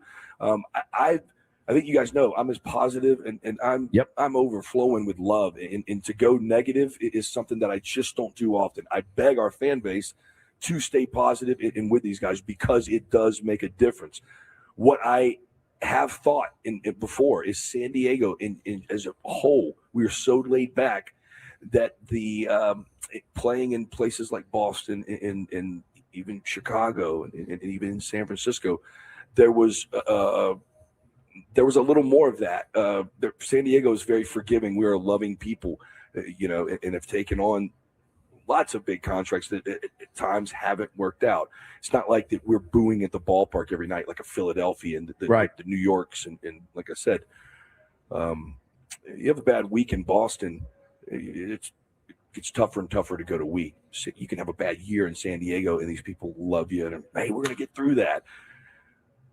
I think you need a happy medium. Is that what you're saying? I'm just saying, if there were a little more, you want us to be meaner. No, that's not true. But at some point in time, like, where's the accountability? And that player needs to feel that. If they're going to turn it around. Or I will say, and covering the team now for 8 years, you saw it more last year and the year before, I think, than you did. I mean, the 23 Padres were a disappointment. Don't you dare. If anybody out here listening, please don't get me confused. If you come to Petco Park and start booing our home players, no thank you. Yeah, right. I'm going to ask you I'm going to politely leave.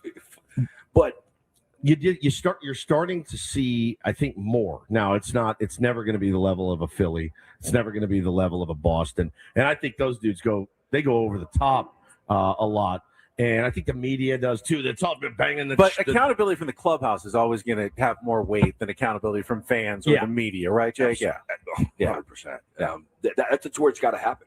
Yeah. If you ask me what it takes to make a ball club tick, I believe that your coaching staff and everything can influence it. But the teams I were on, they were good. The teams I were on that punched through, the prisoners were running the prison. Yeah. Their accountability was in the room. It didn't need to happen outside the players. It did, but you have to have the players police themselves. I heard some stories at dinner about Ken Caminetti and how he was 100% fearless to call out anyone in the room, is what I was told. And I looked at Gogo and I said, anyone? He goes, anyone. And you can read into that whatever you like. With my job with MLB Network, I get to go and get to know some of these players and teams, get to interview them and be around. Vlad and the Blue Jays. I was down in spring training doing the 30 clubs in 15 days.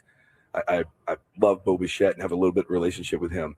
Speak with him, and then I get with Vlad. Vlad's amazing and speaking just great English to me. We have this unbelievable conversation, and I ask him what went wrong, because I was down there with him, and they had a miserable season the year before. And he said that to me. He goes, everybody was talking behind everybody's back, Jake. He said nobody. He goes, we didn't get it out in the room. And when I asked him how he was going to be a leader in just conversation, he goes, I'm going to make sure that that Ben's not talking anything behind Woodsy's back. Same thing with play. If something needs to be said, as tough as it may be to talk about it, we've got to talk about it and hit it head on. And then we'll love our way through it. And you can tell they did. Yeah. Well, once you go through a couple of those conversations, they get easier. And then you end up loving each other because you've said the truth and like everything's aired out, rather than you feel people talking behind your back or this kind of thing. So you just set the standard of fundamentally we are going to be as the best fundamentally sound team we can. And the players and the elders of that make sure that you play, and that is the North Star. You start caring about each other while doing that and create the brotherhood and the bond, the magic starts to happen. I love it. I can sit here and talk to Jake Peavy forever. As Jake, could I. really appreciate it, man. Thank you so much. As always, it's great to see you. And I know we'll catch up with you again. We had that nearly enough time. Yeah, I know. I'll be around all day today. So, all right, Benny. Good to see you. Can you tell the hockey story? The hockey story of you guys jogging in Seattle. Oh, you yes. told the other day. I never amazing. heard this one. Well, just Trevor Hoffman would take running. Trevor ran more than anybody I've ever played with in my big league career. when you were young and getting there. I remember seeing Trevor just running That's right. constantly, just as a member of the media, watching him before games. Always running. Short Yep. gray shorts and that shrub top, little blue top. But so he would go running with you. And if you were young and Trevor said, hey, get to the field tomorrow, we're going to run, that's what you did. You didn't say anything. So you would get to an opposing place and start running with Trevor. Leave Safeco Field, and here we go through Seattle. Well, we don't have the intuition a horse has, but a horse knows when he's starting to go back, or turn back, make right? the turn. But I knew that we have not turned back in quite a while. You're getting further and further away. Like, from we've the been team running for hotel. 20 minutes, and we are not headed back towards Safeco Field at all. And Hoffy would just freak everybody out. What you didn't know was he had $20 in his sock, and we were going to hail a cab back. But Hoffy would run, and it was just a beautiful way, like to see the city. But he'd freak you out. He'd run you miles away. You guys running and Not running. knowing like how far you're going to go. I told this story on the air, but I work out at the same gym as he does, and I see him and Osmus and Charles Nagy and a couple guys there, this group that they work out. Great and I group. told the fellas, I said, I watched this man work out, and he works out like he's trying to make a ball club, right? He doesn't work out like he's already in the Hall of Fame, which he is. I watched him. I was on the rowing machine, and I was like, you're in the Hall of Fame. You don't have to be doing burpees right now. And it's just a different mentality. That's why he's in the Hall of Fame, and some people are not, because he's willing to do that even after he's a Hall of Famer. I was inspired. When you get around and watch the great work, it's no surprise shortly thereafter while they're great. Yeah. Hoffy, nobody out to work Hoffy. Nobody out prepped him. Again, nobody cared about his teammates. Guys making us a fire, and he's off with those guys now. Osmus and all of them are up in Jackson Hole having a good time. That's their trip. That's their right. trip. Yeah, he's I going love to be it. coming down Black Diamonds here soon. I love it, man. Thanks so Jake, much. thank you so boys. much. Jake Peavy, Love you, man. Appreciate just you. always a pleasure to get to talk to Jake. All guests on Ben and Woods appear on our David P. Shapiro fan hotline. David P. Shapiro, criminal defense attorneys helping good people regain control of their future when charged with a crime since 2010. Visit davidpshapirolaw.com. Do you have a game of Take on Woods to play? Need a contestant when we come back? 833-288-0973. We didn't have Paulie on microphone for most of that segment, so I want to get some of his thoughts on how sick he felt when that bill was being racked up during the team dinner. It's all coming up next on San Diego's #1 sports station, 97.3.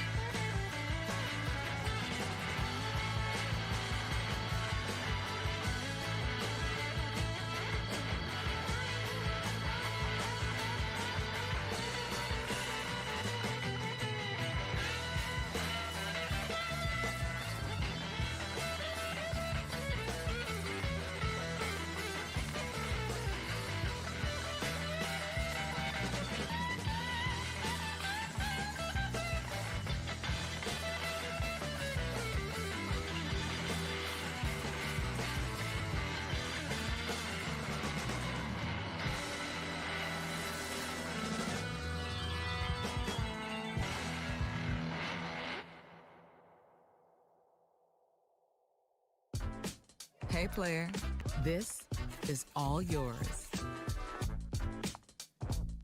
This room with this view. This speakeasy with this cocktail. Hey, could you make that too? The spa with this. Ah. And this pool on this roof. This is all for you. The all-new Hamul Casino Resort, now open.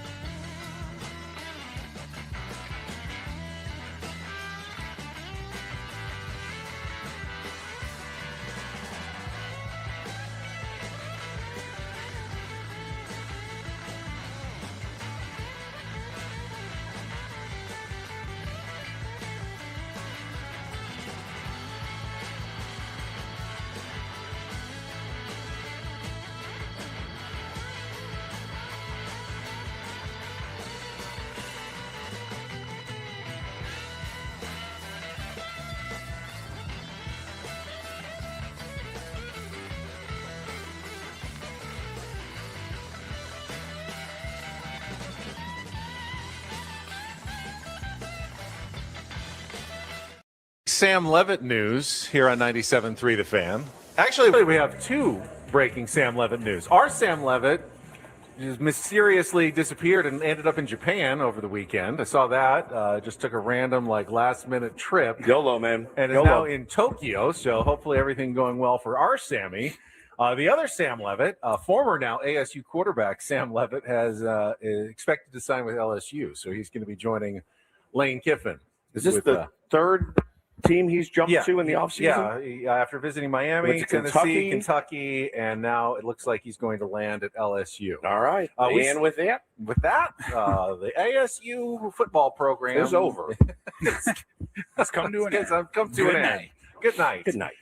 We still need a contestant, Adam says. If you want to call in, we can play, remember, music, movies, or TV, 3 different category options with a chance to qualify for a trip to Las Vegas. Maybe you'll run into Greg Vaughn while you're there, Las Vegas resident. 833-288-0973. Call now, 833-288-0973. But I want to ask Paulie about Jake Peavy and that dinner. And as the tab is running, because it is take your coach to dinner night. And you guys have been here enough that's taken seriously. The campers always pay for that dinner. So you go to one of the restaurants around here, usually like a chain place. You went to the Korean barbecue. Yep, delicious. We've done PF Chang's. Came out to about, usually comes out to about, $50 to $75 per person. You pick up whatever they ordered. Everybody has a couple of drinks. And you pay for your own, and that's it. Yeah, and he split it all up and had somebody on our team, because you ask your coach, where do you want to go? You're not going to take them somewhere that they don't want to eat. And so somebody on our team took the reservation. They took the lead. They made a reservation. They said it's the Arrowhead Grill. And I go, okay, sounds like kind of like a Chili's, Applebee's. You can kind of get whatever you want. Look at the menu. I'm like, no, this is like a fancy steakhouse, or as fancy of a steakhouse as Peoria, Arizona can have. It's nice for out here. A couple miles away as from Ben would here. say. Yeah, it's nice for out here. Wouldn't take Major Garrett there. But, No, God, no. Turns out that was Jake Peavy's favorite spot. He walked in. It was kind of cool. He goes, man, I'm having flashbacks. Like, me and the guys, this is where we would come for dinner when we were out here for spring training every year. So that was a special place for him. And, you start doing the math. You're like, all right, you kind of have an idea of what it's going to cost. And then when Hoffy walks in, and first of all, he showed up late. When you're a Hall of Famer, he just walks into this private room with like 40 people in it, and he just like throws his arms up in the air. He's like, sorry, I've arrived. He just takes charge.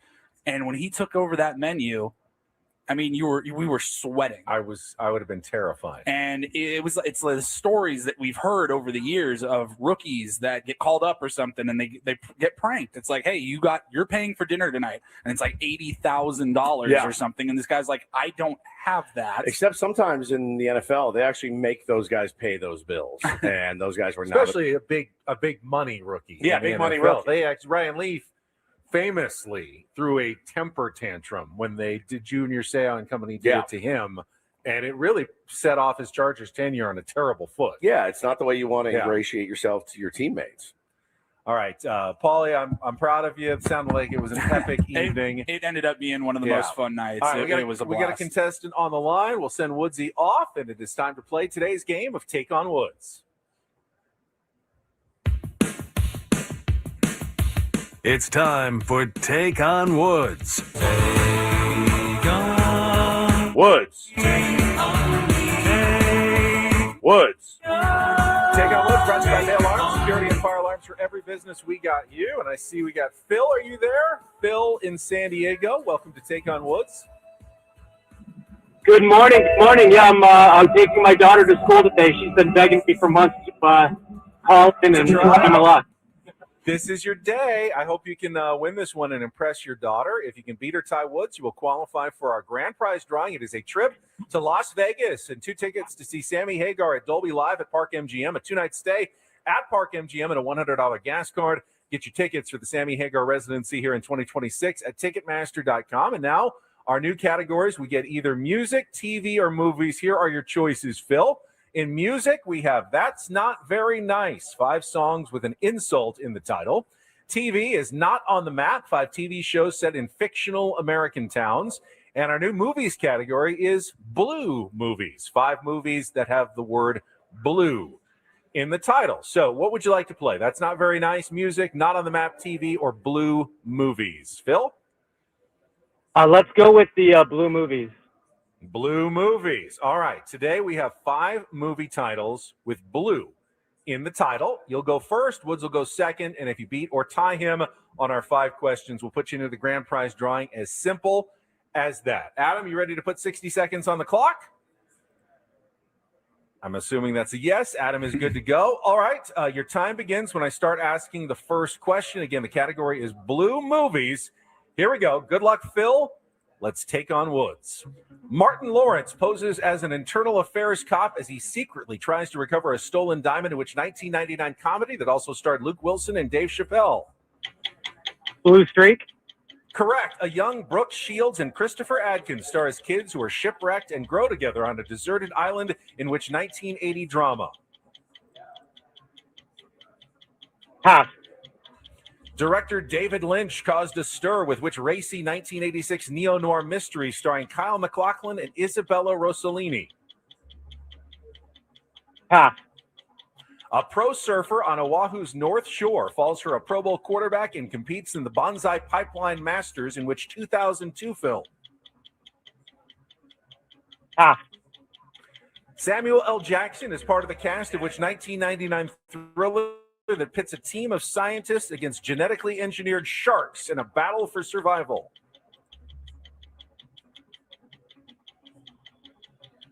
Man, these are tough. Pass. Let's go back to that top one. All right. A young Brooke Shields and Christopher Adkins star as kids who are shipwrecked and grow together on a deserted island. Oh, and we're out of time. Blue Lagoon. All right, you got the 1. It was the Blue Lagoon.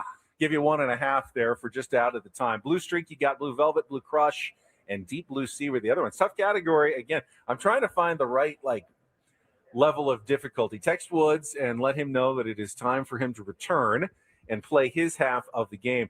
I tested these with my buddy Scott, who was here over the weekend as well. We played a little bit of golf, and he says, these are some tough categories that you're coming up with. So we'll see how Woodsy does. It's a movies category today. And without the category, this could be a tough one for you. Let's see. All right, let's put 60 seconds back on the clock. Your time begins when I start asking the first question. Right. All right, good luck, Woods. Let's take Same on. as it always is. Yeah, no, usually it's when I play the music for take on. So here we go. Good luck. Martin Lawrence poses as an internal affairs cop as he secretly tries to recover a stolen diamond, in which 1999 comedy that also stars Luke Wilson and Dave Chappelle. Blue Street. Correct. A young Brooke Shields and Christopher Adkins star as kids who are shipwrecked and grow together on a deserted island, in which 1980 drama. Blue Lagoon. Correct. Director David Lynch caused a stir with which racy 1986 neo-noir mystery starring Kyle MacLachlan and Isabella Rossellini. It's going to come to me. Pass. A pro surfer on Oahu's North Shore falls for a Pro Bowl quarterback and competes in the Bonsai Pipeline Masters, in which 2002 film. No, I've seen this one too. Son of a Blue Wave. Incorrect. No, I didn't say anything. Blue. Go ahead. Samuel L. Jackson, part of the cast of which 1999 thriller. Devil in a Blue Dress. Incorrect. What? Director David Lynch caused a stir with which Blue racy Orchid. Blue Velvet. Velvet. Blue Crush. And Deep Blue Sea. Blue Crush. But you did win 2-1. Ooh, so these movie ones are hard. Just sorry, Phil. Not today. That was a tough one again That on was the movies. tough. That was Blue Movies. Okay. Blue movies. Blue Oh, movies. Double Yeah. entendre. It You was love a little double bit. entendre. Really, Blue Velvet was the only one. I never saw Blue Velvet. Did you see that one? No, I didn't. You got Blue Crush. You did see I've that. seen it. Yeah, I've seen it. Couldn't remember the title of it. Have you? How many Blue movies have you watched since we've been out here? None. Liar. I haven't had time. I've been busy too. You guys have been busy. I've been busy. All right, let's take a quick timeout. We're a little behind schedule, but we've had a lot of fun so far this hour with Jake Peavy and more. Ben and Woods continuing next, live from Padres Fantasy Camp in Peoria on San Diego's #1 sports station, 97.3 The Fan. Gambling problem? Call 1-800-GAMBLER. GEGE 000466. For a full list of games and rules, play at 7 Mile Casino. Visit 7milecasino.com. So we both made the drive out here last Thursday, and I'm always stunned when you get to, I like to call it 70 Mile Casino, Yes. when you get out there on the 8 and you've just been driving forever and you go, who would take the time to drive all the way out to play cards at a place like this when 7 Mile Casino exists, is so great, and is so easy to get to right there off the 5 freeway in Chula Vista? Maybe you want to see Nelly perform out there, you know, or the Oak Ridge Boys, possible. Ben. Like they exist, but if you just want to play cards, go to 7 Mile Casino. Right. None of the rest of that stuff. You just want to go out and play cards. 7 Mile Casino is your spot. Texas Hold'em, Pai Gow, Baccarat, and of course California style blackjack. Again, maybe you love spending time in the car and would like the extra 2+ hours Right. driving, but if you want to spend that time actually having fun, eating a great meal at Sammy's, enjoying the patio, enjoying the bar there, I think 7 Mile Casino is the place to go. You just get right up there at E. You're already on the west side of the freeway on Bay Boulevard. You can see the bay to the right, and then 7 Mile Casino to your left as you pull right on in. At 7 Mile Casino, it's just 7 minutes from downtown.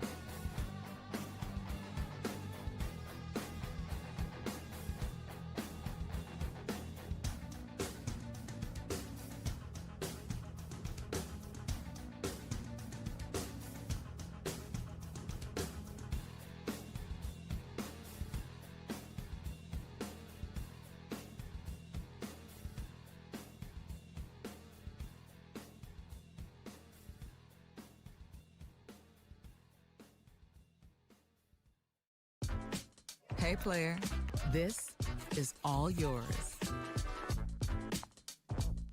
This room with this view. This speakeasy with this cocktail. Hey, could you make that too? The spa with this. Ah. And this pool on this roof. This is all for you. The all-new Hamul Casino Resort, now open.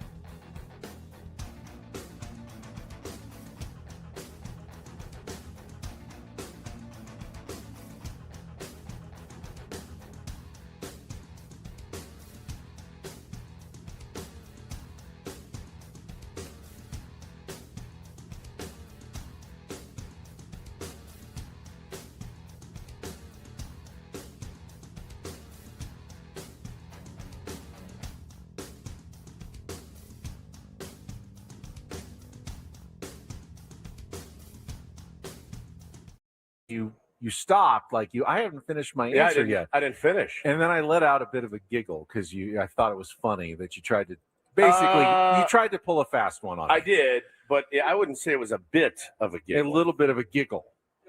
That's all it was.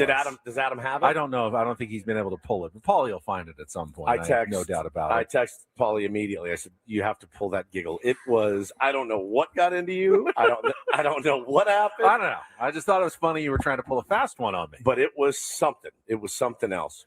Got our biggest fan contest announcement coming up at the top of the hour. You can register your name at 973thefansd.com/biggest fan for your chance to win a night in our Padres suite for you and 20 friends, catered by Spiro's Mediterranean Cuisine. That is coming up. Also want to talk about the Chucky Lozano news from over the weekend.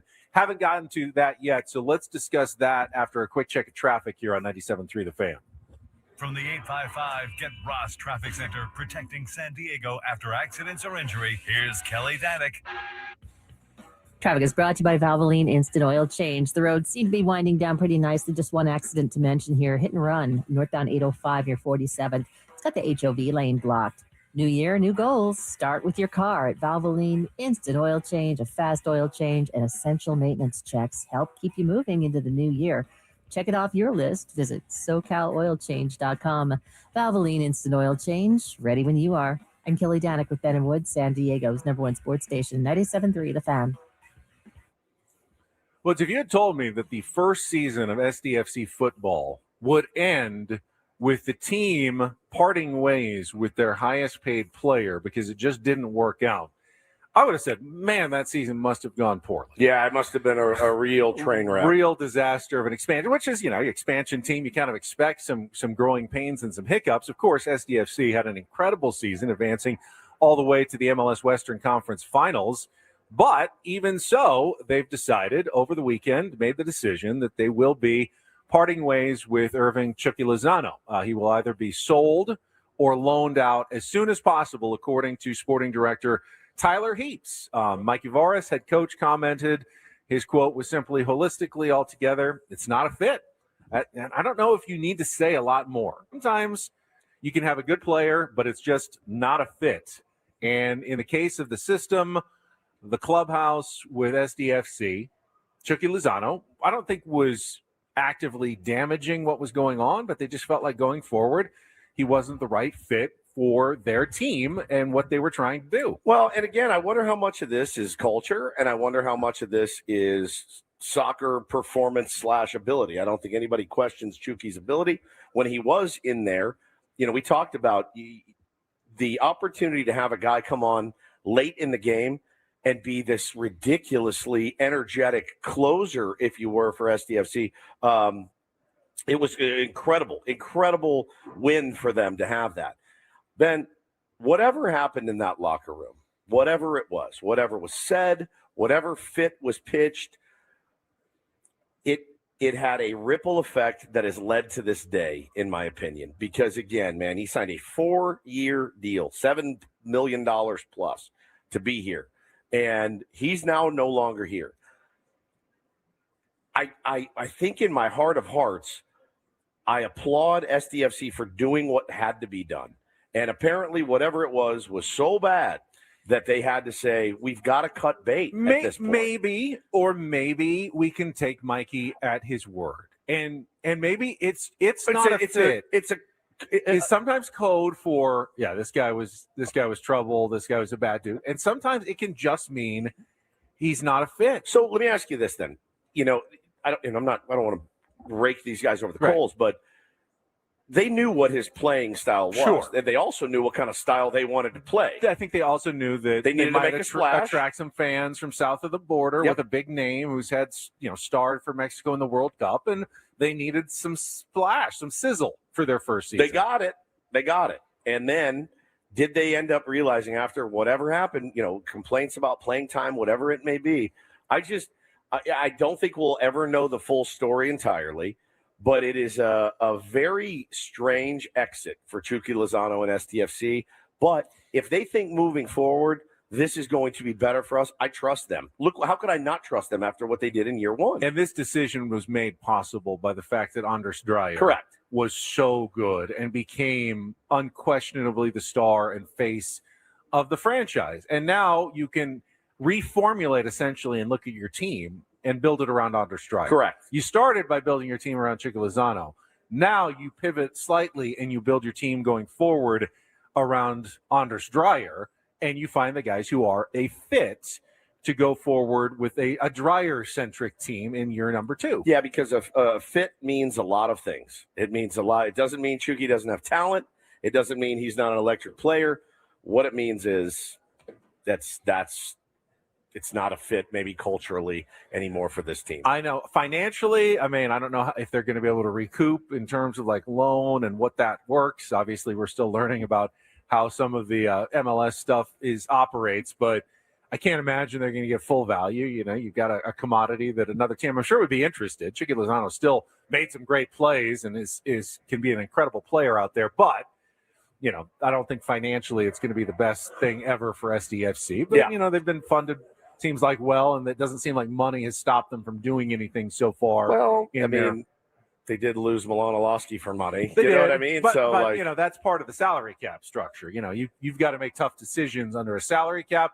A designated player, that's free. That's money you can play with. Yeah. And they're going to lose some, I think, probably on this Chucky Lozano deal. We'll see where he ends up. I guess he's going to work out on the side, not with the team until they find a landing spot for him, Crazy, either through a sale or a loan at some point. Very short-lived, the Chucky era. But hey, listen, they are on their way. I trust Tyler Heaps and I trust Mike Uvaris implicitly. Those guys, when they say something, they mean it, and when they mean it, they execute it. So I think, what can you say, man? You hope for the best, and season will be here before you know it. And their first preseason match now less than 2 weeks away. So we will keep an eye on what the moves that are made by SDFC. We're going to take a timeout. When we come back, final hour, we'll have our biggest fan announcement to kick off hour number 4. Hey guys, how we doing? Hi, Paulie. Where have you been? Perfect timing. Welcome back. It is the end of the hour. We'll get an update on what else is going on here from Padres Fantasy Camp in Peoria, Arizona, with Ben and Woods on San Diego's #1 sports station, 97.3. The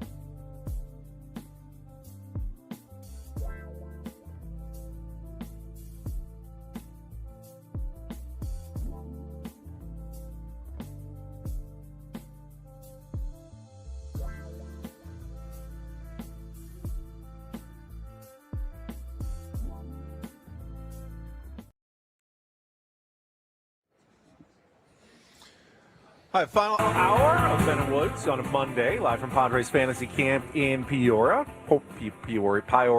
Broadcasting live from the Bill House Studios. Bill House Plumbing, we know how. Paulie, you just went out and took your team picture. Woodsy's out doing that right now. Team, individuals, all that stuff. Yes. Did you smile or no? I did. You did smile. We smiled, yeah. All right. I think we smiled. I would think that fantasy camp is a place for smiles, It's, right? You want to win for sure. You don't want to be the hardo at But, fantasy like, camp. There come are a on. couple of hardos, right? that It's take hard it- not. It's hard not to walk around with a smile on your face out here. I would think so. We've had a smile on my face all morning with our conversations with Mudd, Greg Vaughn, Jake Peavy. We'll have more guests. We're going to be out here live again tomorrow.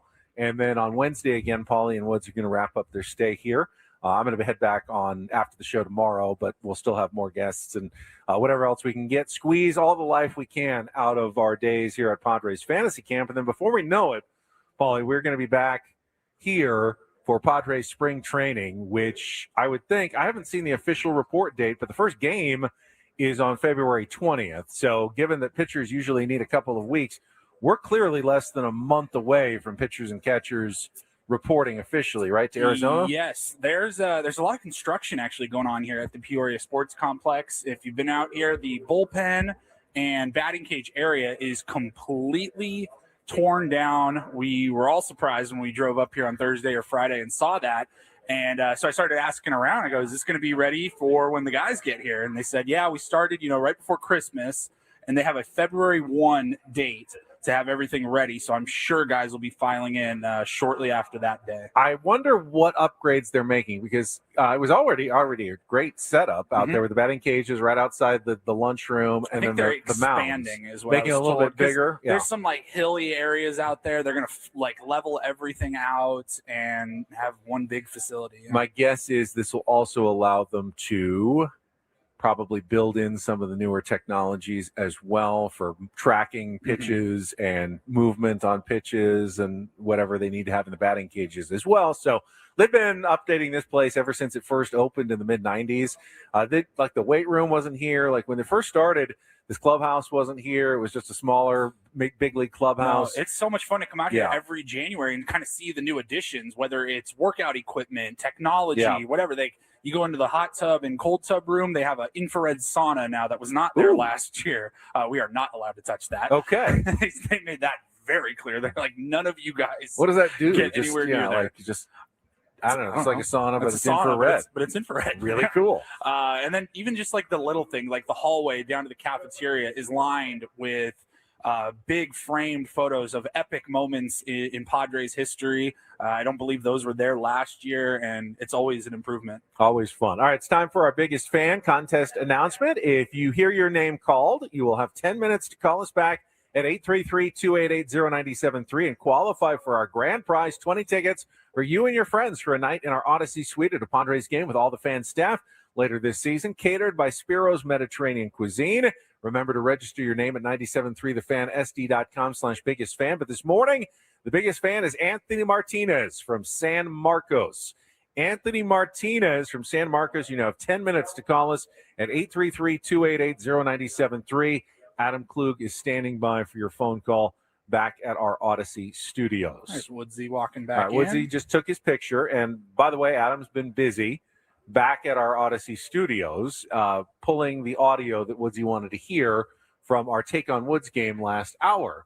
Welcome back. How was your picture? I've never taken a good picture yet, so did you get your good side? Don't expect to start today. Bad side? It's amazing I ever got married. All right, it's crazy. You wanted to hear it, so Adam has pulled the audio from Take on Woods. Anything, Blue. Was that me? That's you. A pro surfer on Oahu's North Shore falls for a Pro Bowl quarterback and competes in the Bonsai Pipeline Masters, in which 2002 filmed.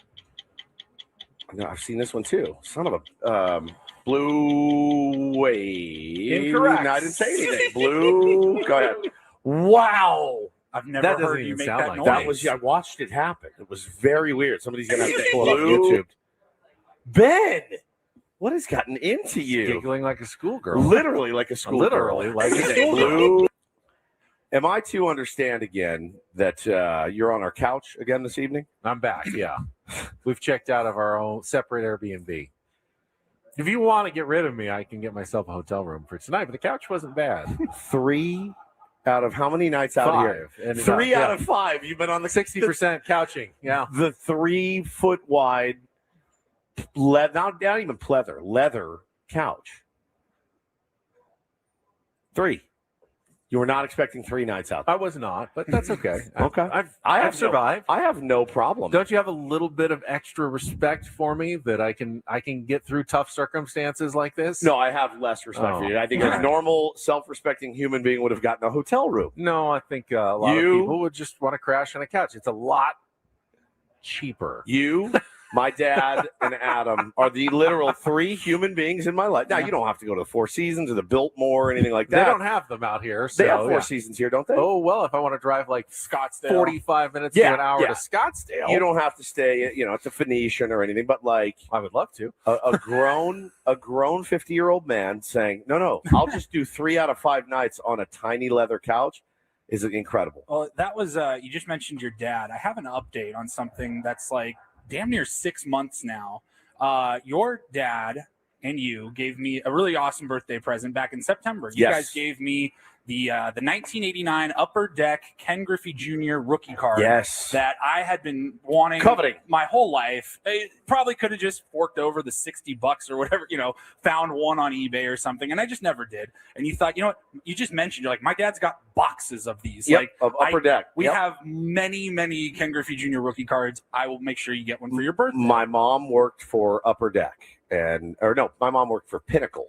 But my dad had so many, they're sitting there rotting in the attic. So I called him and I said, pull the Griffey Jr. So is he blowing a bubble or something? He is just got bat on the shoulder. Bat on the shoulder. Yeah. Yeah.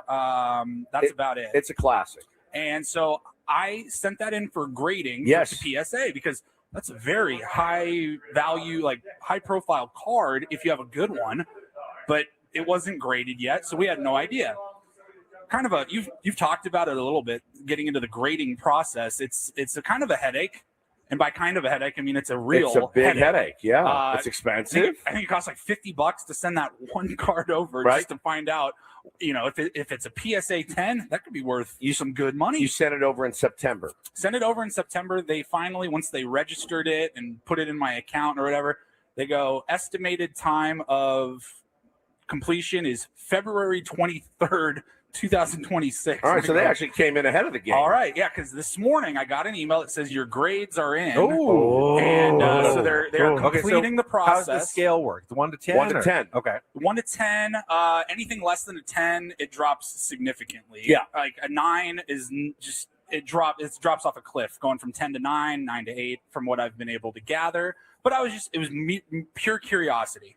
I'm not planning to sell the card. I want to keep it. I like how they look in those PSA. They look slabs. great in the slab, yeah. And so my dad right now, by the way, is listening. I guarantee you, and he's on the edge of his seat. Because if it's a PSA 10, he's and out. it's worth he wants a finder's fee of some sort. Maybe yeah, he's gonna lose his mind. All right, he's on the edge of his seat. So I opened it up, and the grade that my Ken Griffey Jr. card received was drum roll, please. A N5 altered stock. That doesn't sound like a 10 at all. And I go, I am very new to all of this. I've never seen heard an of it. N5. I don't know what that means. So I just Google PSA grade N5.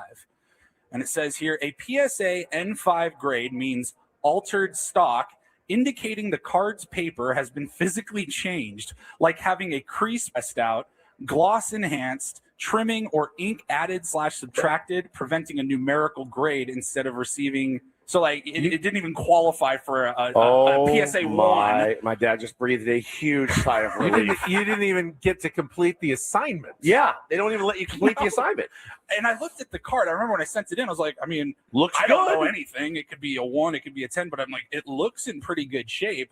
But apparently, your dad was Gary ran an extra gloss. He ran an I iron. think he took like a blue Sharpie and like colored in the lines or something. What I don't in know. the world, man? So I'm sorry that we gave you a dud. It's all good. I still have it. You still have it? But if it was, I mean, that's what I'm letting myself dream on a couple of my cards. That actually takes a lot of the wind out of my sails too, with some of the cards I sent in. Would it be worth more if it was autographed? Because Mariners camp is right across the way. I don't know. Do you think Ken Griffey Jr. Ken comes Griffey to Jr. Mariners doesn't come to camp? Mariners fantasy camp? I doubt it. Why I'm not? guessing probably not. It's not him and A-Rod and Edgar Martinez Could you over imagine? at We, Mariners fantasy camp. We looked at, we were driving out. We were curious as to what other camps look like. And so Paulie was pulling some up on his phone, looked at Reds camp and maybe even the Yankees camp too. And I got to tell you, man, like there's Hall of Famers here. There's Cy Young Award winners here. He read some of the Reds off and I was like, what? That guy? I barely, I remember like a cup of coffee, but Padres camp does it right. I mean, you got Jake Peavy, you got all these dudes out here. It's pretty sick. But everybody in the chat's making fun of me. I got hosed. I think N5. they say Gary owes me $50 for even sending that in to get graded. Apparently, I mean, that thing has literally been sitting in a box for like 30 And years. somehow got altered in 30 years. that's kind of crazy. It was in a case too. It was in a case. My dad took good care of it. He knew it was going to be worth money. I am curious, just like kind of look into that now and just be like, what does that even mean? Like what happened? I think now it just means you put it on your mantle. No. keep it. Like, what did it mean to get that grade? What was done to that card? Like, that do me a caused favor. it to get Like, get the non-grade. PSA, do me a favor. Grade it a 5. Grade it a 6, right? Like, don't give me an N5 to make it sound like it was put through a shredder and pieced back together. It literally looks like Gary like drew the card in crayons or something. It's such a. I'm not going to sit in here and call it a scam. I'm not, because I don't think it's a scam. But I am saying it's not a Pablo Picasso. Relax, guys. It's what are we doing here? If they it's a gave it baseball a PSA card. 3 even, Right, whatever, give it a 3. I'd be like, great, fantastic. Oh, so this actually now costs you more money than it's actually worth, guaranteed, for sure, significantly. Speaking of memorabilia, I saw on your guys' schedule today that this afternoon includes an autograph session. Yeah. How does that work? Have they done that before? Oh yeah, so they always all do that. line up on like the patio tables out in the front over there, and they will just kind of the alumni will all hang out. You can go down the line, whatever you brought with you. Get If you brought something a signed. ball, if you brought something specific for a player that you knew was going to be there, they'll take care of you and whatever you want. Andy Ashby's going to sign my breasts. They'll do anything, man. I brought it's like an 80. That's a nice little extra perk of fantasy. Yeah, 100%. I brought a card from like the 80s of Tim Flannery with the surfboard. On the baseball card. I'm like, that's a beautiful card. No, it's solid. They're all so congenial and giving of their time, and do they discount their normal prices for their autographs as well? It's on the house. They come out here and they come out here and just knock it out. Did you guys see who just walked by us? I did not. Ethan Salas. Oh, yeah, he just walked by. Yeah, he's. I think they got a mini camp. Mini camp starts today. I've noticed more minor leaguers kind of that I didn't recognize walking through the building this morning. And them walking through here is like them walking through the zoo. They're like, "What is that over there? What is that? Why does that person look like this?" It is. I've never seen one of those in captivity before. But I'm telling you, if we get a chance today to go see him do drills and things like that, we've watched it before. It's amazing. You laugh because we have no idea if he's going to even be a big leaguer, much less a star big leaguer. But I will tell you, it's different watching him work on drills. Yeah, it's cool. You don't have to be a baseball scout to notice that. Wow. My God, those his hands are fast. soft and fast, and you understand why he was so notable and why the Padres were so aggressive in pursuing him and signing him a couple of years ago. He's not like some fraud and like, oh, they thought they were getting something. Oh no, he's clearly a special. Oh, he's cool. It's cool to watch. Special talent. It's so cool to watch. And defensively, he will be big league quality. He's probably there already. It's just whether or not he's going to hit. That's what you never know. And healthy. He's got to get healthy and healthy and on the big league level. But yeah, he walked right by. So yeah, you're going to see some more guys out here. I haven't seen any big leaguers out here. The timing of it is a little off as it normally is, but. Yeah, man, it's we usually see Adrian Morhone out here. He's usually out here all the time. But yeah, we'll see if we scout anybody else out for you. Yeah, we are a little earlier. Yeah, we are this year than we are in previous years. All right, let's take time out. When we come back, we can continue. There might be a couple more coaches running around here, so we may see if we get one more guest before the end of the program. Stick around. More Ben and Woods on the way on San Diego's #1 sports station, 97.3.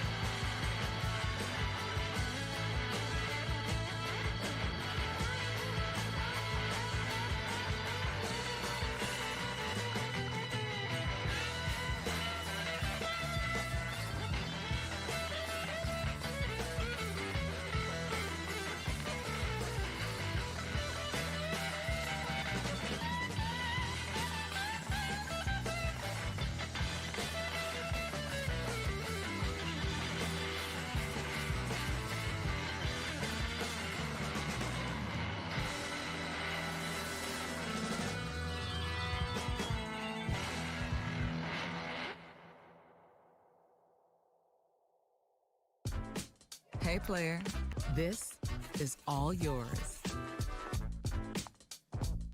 This room with this view. This speakeasy with this cocktail. Hey, could you make that too? The spa with this. Ah. And this pool on this roof.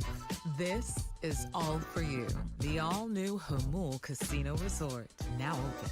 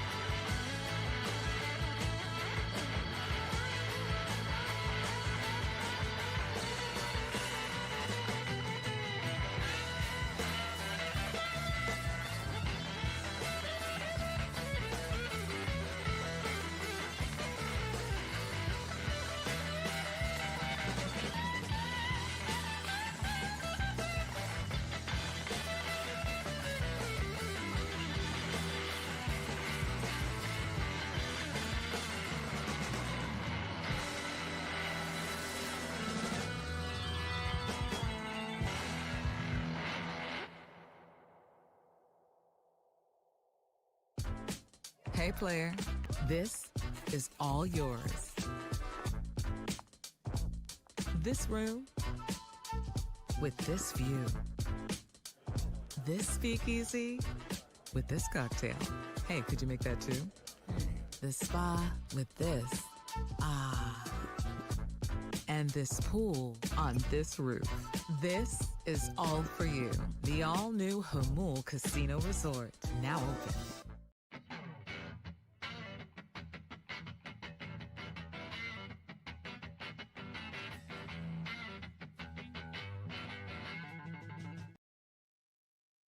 Ben Woods is back.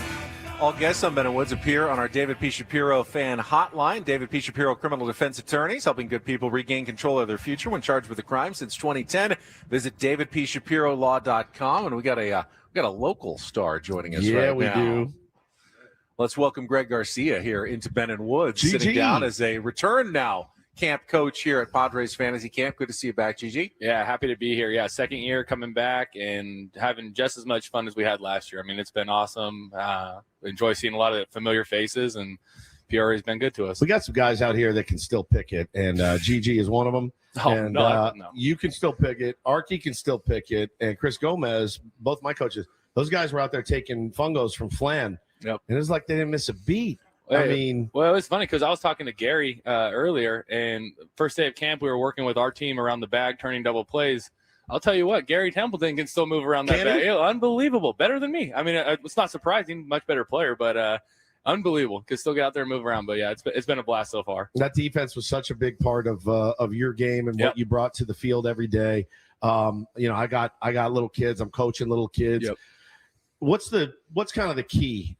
For little, I'll be coaching up some little guys, eight, 9, 10-year-olds. Yeah. The key to getting them dialed in the field. I think for me, I got 2 young kids too. I got 2 daughters, Olivia and Natalie, and with them, they're playing softball now, and it's just the versatility, expose them to different positions. Yeah. I think when I was growing up, it was like you got to be the shortstop or you're not the best. That's right. That's not the case anymore. I mean, I think it really hinders your development if you're just playing shortstop or just playing third base or whatever it might be. I would say, have your boys move around the infield, play some outfield. Yeah. And just see kind of what they like and what sticks for them. Yeah. What about some specific drills? That's what I'm looking. I'm going to try to drill in here while I have you here and get some specific some things. I think for me, we had Bobby Dickerson over here in 2019. The GOAT. Yeah, he was a magician. I mean, I remember we were going out there with tennis balls. I mean, he's got all the drills. You can go on YouTube and find some of his stuff. Nice. But I think getting comfortable with their glove. I mean, when I was growing up, I was like catch everything with 2 hands. Yeah. And then I got with Bobby, and he's like, "Yeah, no, you want to catch everything with one." You One see, hand? watch Manny take ground balls. A lot of times he's just catching one-handed. So I think for your boys, just getting them comfortable using their glove, one-handed, backhands, forehands, things like that. I read that one time, and I think it was Bobby Dickerson that said, learn how to play this game with one hand. And I went, oh my God, our whole life was the big alligator and scoop and 2 hands and 2 hands in the outfield and all of it. And it's like, actually, no, it's a one-handed game. Absolutely. Yeah. And I can even think of like a ground ball up the middle for a shortstop.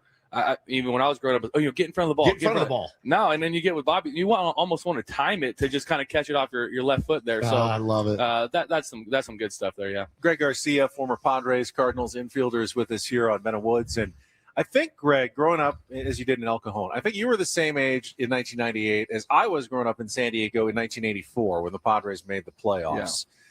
What do you kind of remember as a Padres fan from that time growing up? And if someone had come back and said, one day you're going to be a fantasy camp Padres like coach back with the legends like Andy Ashby and Trevor Hoffman and all these players, I mean, what would you have thought back then? I mean, that's my favorite part is being back there with those guys. These are the guys that I grew up watching play, and in 98, I just can remember Qualcomm being so loud, so electric, such a big stadium, and just so many fun years with those guys and watching them play. And then getting to meet them, they're even better people, and I think that's kind of been a sentiment. Obviously we're missing out on RJ this year, but all these guys are great baseball players, but they're all better people. And I think that's something I always took away from these guys, and it's been a joy. And I know we're talking to Greg Garcia here on Ben and Woods this morning, and I know how much you still love the game very much and still love the team and still love to watch baseball. How many games a year you take it in? Typically, I think we're like 7. I would say right around 7. Yep. The Padres do a good job getting us out there, giving us some tickets and things like that. So I'll usually take my wife or my kids, and softball. We had a softball night there, but getting down to Petco, watching the product that the Padres have now is incredible. We're spoiled, we really are. So enjoy it. It's such a great spot to go with the family and watch a good game. And watch it on TV, of course. Listen to Ben and Woods to recap the game the next morning. Hey, man, I love getting those texts from Gigi in the middle of a show. Man, you guys are my morning route to work. It's great. You guys do such a good job. Thank you. It's been awesome to watch you guys just continue to really do well and kind of hold down the radio. It's crazy that our bosses have let us get to the last year of our contract without an extension, isn't it? Isn't that crazy? Yeah, it's you crazy, gotta lock right? you guys up. This is unbelievable. It's crazy. It's crazy. It blows my mind, but hey, what do I know? I'm just in here, and Greg Garcia likes it, so I thought maybe that would be enough. Maybe not. We'll see. Gigi, put on your analyst hat now. Padres offseason, obviously, bringing back Michael King was huge. Add a new player from Korea, but the gap between the Padres, between everybody and the Dodgers seems pretty substantial. What are you kind of still looking for from the team as we get ready for spring training less than a month away now? Yeah, I think bringing back Michael King was huge, right? And I think not a lot of people were expecting that. So getting him back was big. You got a healthy Joe Musgrove coming back. So really excited to see those guys back on the mound. And, Craig Stammen, for me, great hire. I mean, I think he's going to do well here. One of the most respected guys I've ever met in the game of baseball. and really well-rounded in terms of being able you get to be teammates with Craig at the end? 2019 and 2020 we were together, and he was a leader. I mean, absolute leader, born leader. So I'm excited to see what he can do with the team, and should be a fun year. Awesome. Can't Yep. wait. Yep. And how's your team doing here?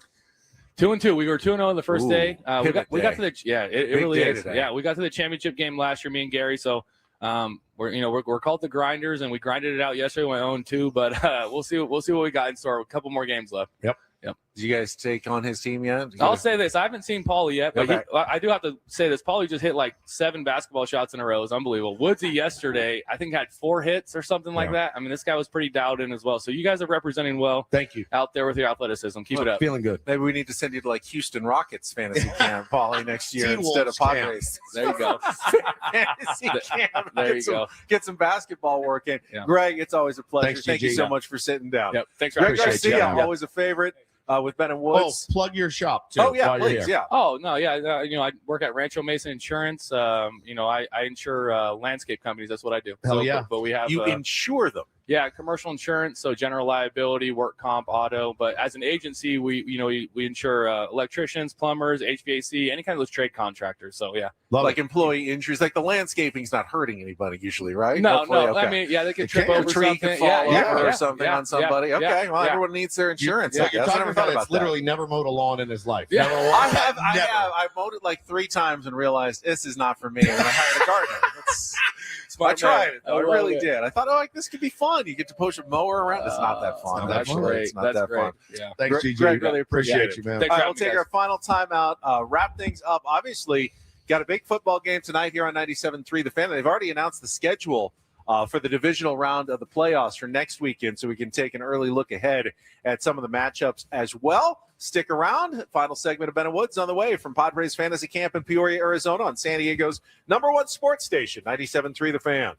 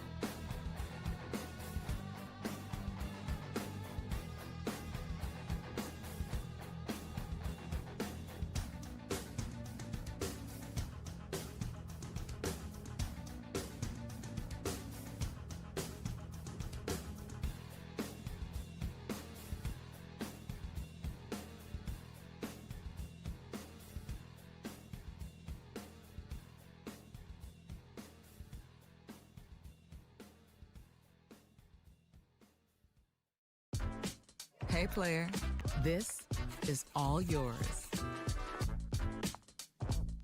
This room with this view. This speakeasy with this cocktail. Hey, could you make that too?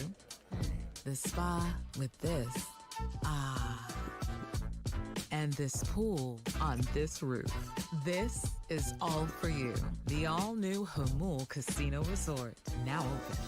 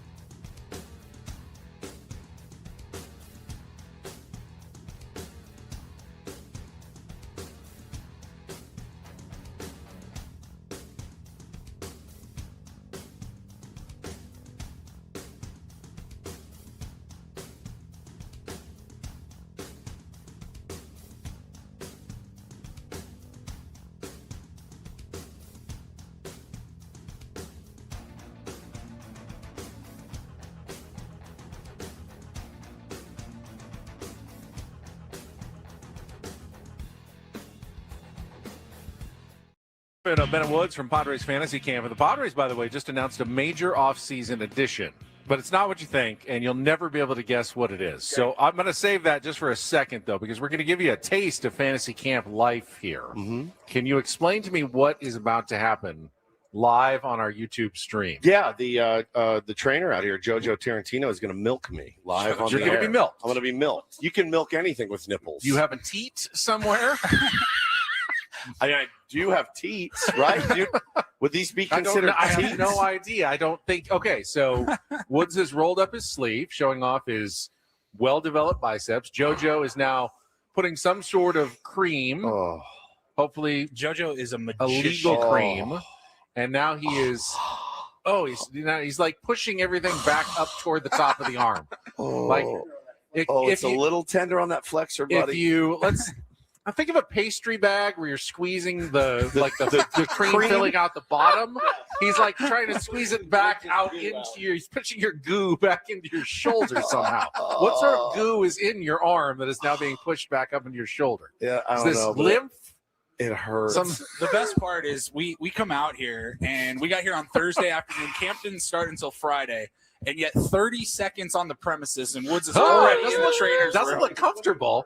It does not look comfortable. Woods is squealing like like I was giggling earlier, like a schoolgirl. It works, though. Oh, it hurts. It works. Now, is this some sort of special concoction that is tub? That's just regular old cream. Regular goo. Dual-purpose massage cream. So yesterday, JoJo goes, "Hey, you like the hot stuff? Try this." They call it nacho cheese. Oh. And you open the top, and it looks like coagulated nacho cheese. So he goes, "Don't use a lot. Don't use a lot. Use a little." So I took a little dab, rubbed it on my elbow, went out and threw. It was searing hot, and it was made worse, Ben, when I got back and I got in the hot tub. It felt like I was in a boiling hot flame. It burns. It burns. And these are guys out here. They used to put this all over their entire bodies before they'd play a game, and it would stay with you for for hours and hours, maybe even days, and my skin was just red and inflamed all day. But you do what you have to do to get on the field and help your team. That's what you do. And I don't know what's going to be. This is hard work JoJo's doing. There's 102 fantasy campers. Yeah, and they got real players here. This is going to be a long day for JoJo if this is what it entails, getting guys ready to get out there on the field. Yesterday looked like triage in there. I will say, Mrs. Tarantino is a lucky woman. She is look at this guy is a master.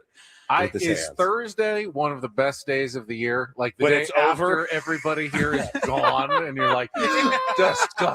Oh, we don't have to do this for another year. Yeah, it's so much work. fun, a lot of work. I'm going to take such good care of you. Does anyone want to guess the new Padres major off-season edition that was just announced this morning? I'm seeing stars right now. All right, so the Padres have just announced that they have added a cocktail lounge. They're into the cocktail lounge business now. A new exclusive cocktail lounge set to open at the Ballpark District's most storied landmarks, the Diamond Room at Gallagher Square on 7th and K Street, like a Padres-owned cocktail lounge with only 50 seats, a very intimate little pregame, postgame location for fans going to Petco Park. Initially going to be open from 4 p.m. to 11 p.m., midnight on Fridays and Saturdays. The cocktail program will be steeped in classics, but decidedly San Diego, including the Diamond Margarita, Baxter's Old Fashioned, and a fluffy Garibaldi, which is Campari and orange juice, nitro-infused tableside with a Garibaldi Jello shot orange wedge. What's it called? The Diamond Club? It's the new Diamond Room at Gallagher Square. So it's in Petco Park? Well, it's kind of on the edge, so I think you can go like non-game days. It's going to be a cocktail lounge that's open to the public, but it can also be a pregame spot, I think, for fans who are attending, or postgame for fans who are attending games this season. All right.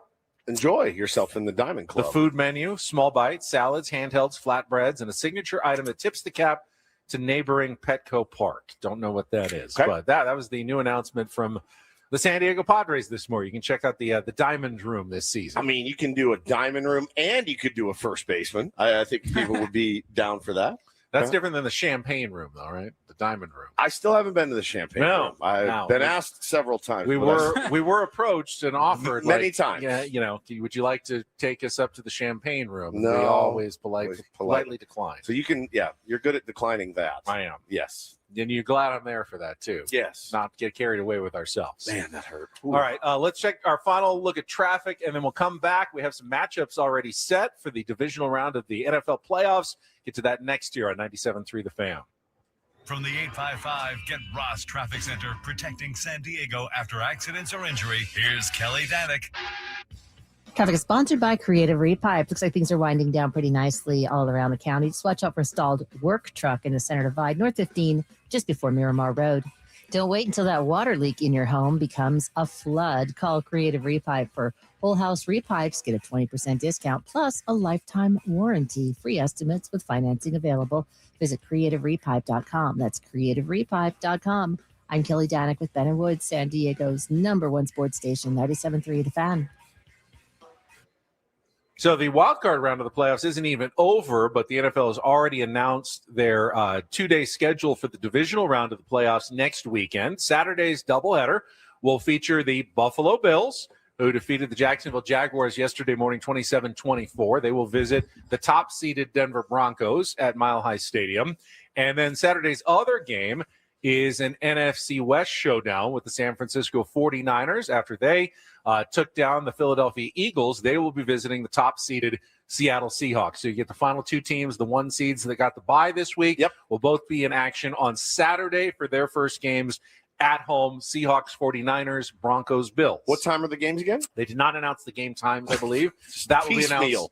The old NFL. I think it depends on whether the Steelers or Texans win tonight, honestly, how they can do the times. Sunday's games, Rams at Bears. So Soldier Field will once again be a big spot on Sunday, I think against a tougher opponent than the Green Bay Packers, though, for the Chicago Bears. And then the Patriots will host the winner of tonight's Monday Night Football matchup here on 97.3 The Fan between the Pittsburgh Steelers and the Houston Texans at Gillette Stadium in Foxborough. What time does this one get underway tonight? Tonight's game's 5:30. Normal Monday Night Football, 97.3 The Fan, ABC, ESPN. Last game of the year on Monday Night Football on ESPN. All right, we'll be here, I think, for a while, doing a Q&A with Major Garrett and Dave McCary. Don't know what time that wraps, and they'll be able to see at least the second half from home. We'll throw some TVs on and they'll have the keep TVs track on. of what's going on, I think. But yeah, I don't think the clubhouse closes until 8 o'clock tonight, so I don't know how late you're going to We'll be here. You're going to stay, make it all the way to the end. But Dinner's from 5 to 6, and then till about 7:30 probably. All right, going to be a long one here at the Peoria Sports Complex. But Texans and Steelers, I mean, I don't think either of those teams is like the potential to go all the way. Texans, to me, are the better team. They got the best probably defense in football. But Steelers at home on Monday Night Football. Mike Tomlin doesn't lose those games, so you've got to at least give them a fighting chance on their home turf. I do think the Texans are the better team, but we've seen almost all of those games this weekend were close, down to the wire, good games. Probably we'll get one more here in the wild card round of the playoffs. Now, I'm interested for tonight in the clubhouse because you're going to be leading a Q&A with Dave McCary, who is a writer on SNL. He is a director. That stands for Saturday Night Live. Correct, Saturday Night Live, and Major Garrett, right? So you're comfortable in the sports arena. You did the 84 round table. You did the 98 round table. Sure. I mean, this is your arena. But and I lived through all that. Tonight is going to be a little bit more of a challenge for you. Are you nervous? A little bit nervous, but at the same time, I've watched Saturday Night Live quite a few times in my life and kind of understand that it's an amazing process when you think about it.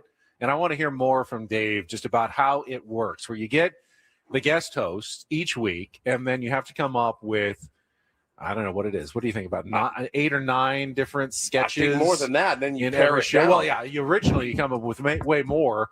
Only the handful of them that actually make the cut at the end of the week that are good enough to make the show. It's just like Ben and Woods. We get together every single day. We come up with 10 to 12 segments. And we pare down, Right. just the good stuff. Well, we come up with 3 good segments, and then we have to mostly fill the rest of the mostly show. one good segment, and then we have to fill in around it. Now, again, their show's an hour, ours is 4, so True. it's different. The different scale. And we don't have a musical guest that performs twice in the middle of our show either. That's true. So that's kind of unfair. So actually, some would say our job is actually harder than Dave McCary's job. I don't know. I mean, potentially. Dave, he just pulled me aside. Actually, we were talking schedule. He's going to jump on with us tomorrow. At Oh, some point. I can't wait. He's on my team. It's been super fun to get to know him. Great dude.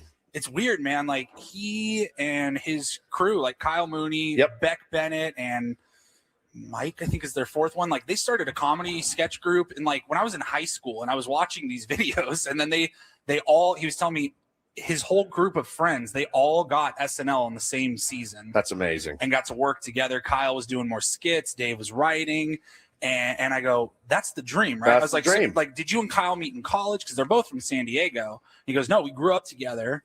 We moved up to LA. We started the sketch group. We did a podcast, and it turned into SNL. Yeah. And to do that with your lifelong best friend, I'm like, that is so cool, man. Yeah, it's going to be fun tonight. I'm curious. So Lorne Michaels is the longtime head of Saturday Night Live, and seems like potentially like a terrifying man in show business. Like having working with a legend like that on the show, and the kind of the pressure and responsibility that goes with putting that show, the different stars that have come through there that he's gotten to meet, deal with, good and the bad, probably as guest hosts of the program. I'd imagine there's a fairly endless well of stories when you're right there in New York doing it every single week. No question about it, man. And he has been, I've gotten to spend a little time with him, with Dave, of course, had lunch with him the other day, as cool of a guy as you could ever imagine. And, remember, he's married to Emma Stone.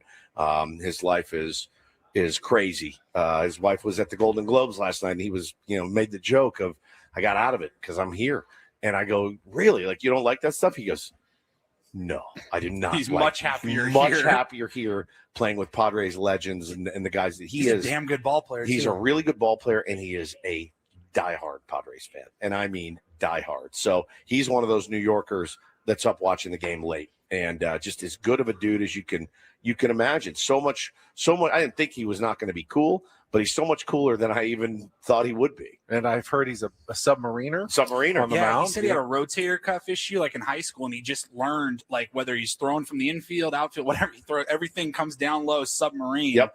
And he got on the bump yesterday. We have a 3-inning max per pitcher because of guys like him. He struck out 7 in 3 innings. Yeah. It was unreal. Pretty It was nasty. so much fun. I love that he's a baller too. So cool. Talked about it at the very beginning of the program. If you missed it, the big baseball news of the weekend, the Cubs agreeing to a 5-year, $175 million contract with Alex Bregman. So they'll move. So they're going to move Matt Shaw, their rookie third baseman, to second base, most likely. And teams are now inquiring on Nico Horner. And remember how good Nico Horner was defensively, nasty in that playoff series against the Padres. Cubs might not win that series without the defense. He killed us. That Nico Horner played, and Dansby Swanson obviously made some great plays, but both of them up the middle were an elite dynamic duo. So you are messing with a kind of a good thing. Now, Nico Horner's not an elite offensive player. He's but pretty good. He's pretty good, and he's an elite defensive player. He's better than any second baseman we have currently right now today, Nico Horner is. And again, I don't know what's left on his deal. My guess is probably a year or two.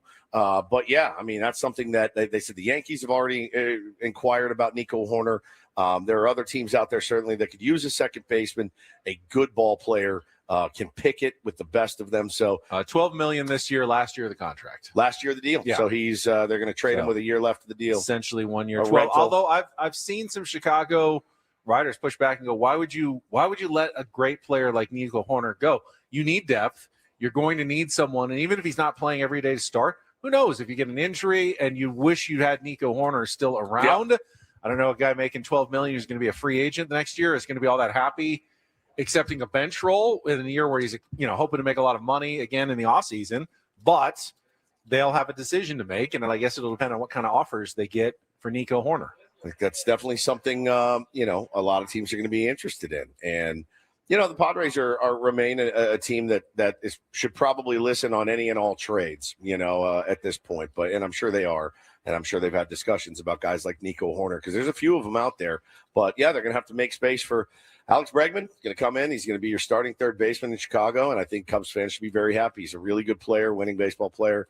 And if he stays healthy, he didn't stay healthy for the entire season in Boston, had a quad issue, I think. But he was so good early in the man. season. Yeah. Had the injury, was not quite the same potent offensive player when he came back, but remained, as they said, solid leader in the clubhouse. Yeah. A guy that makes the rest of the team better. Had when him he's for there. 7 months, man.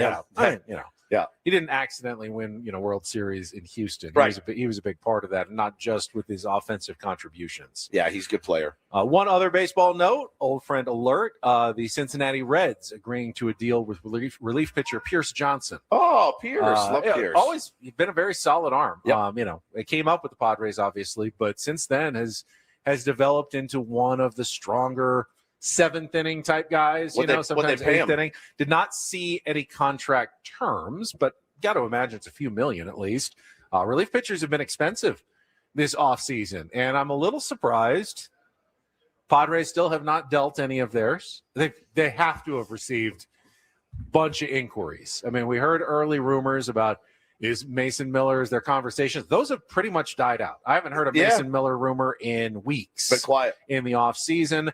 I thought Jeremiah Estrada was maybe even likely to get traded. I don't think I've heard a Jeremiah Estrada rumor other than the initial, hey, here's guys who could be trade targets. And since then, nothing. But is that a function of not a lot of smoke, or is that a function of A.J. Preller just keeps his business quiet and we're not going to hear about it until it's announced and it happens? It's also a function of maybe we just keep a badass bullpen because we He did say that. We very well may need every arm, for every inning. One this of year. AJ's few comments when he's talked to the media, I had the Michael King presser and the Craig Stammen presser, but he said, I don't really want to deal away from one of our great team strengths. Yep. So why make the best part of our team any worse when we can just keep it all together? And then I know I've got an elite unit, and we'll figure out the rest of it, the starting pitching and the lineup, make it as good as we can. But we know we already have one of, if not the best bullpen in baseball coming back next season. Yeah, going to be interesting to see what pieces are added in the next, few weeks. Spring training, again, right around the corner. We'll be out here, what's the date? We're coming back 22nd, 23rd. Monday yeah. the 23rd. We'll be out here. Feb. Yes. Whew, that is right around the corner, It'll fellas. be Oh, my God. 6-7 weeks from now, not that long. And we will not be sitting here. That I promise you. We will not be sitting here. No, even that day when it was like 28 degrees, they still made us sit out there. Yeah. They brought us jackets. I They will did. say that. They did not let us die. That's true. But that's about all. They almost let Peter Seidler die that day in the cold. Yeah, when it he was out with us. freezing that day. So cold. All right, we'll be back tomorrow. More from Padres Fantasy Camp. I don't think we've even hit half of the coaching staff yet. No. With 2 days left. So make sure to join us at 6 a.m. For executive producer Paul Reindl, Adam Klug back in our studios, and Stephen Woods, I'm Ben Higgins. Have a great rest of your Monday from all of us here at San Diego's #1 sports station, 97.3 The Fan. So long.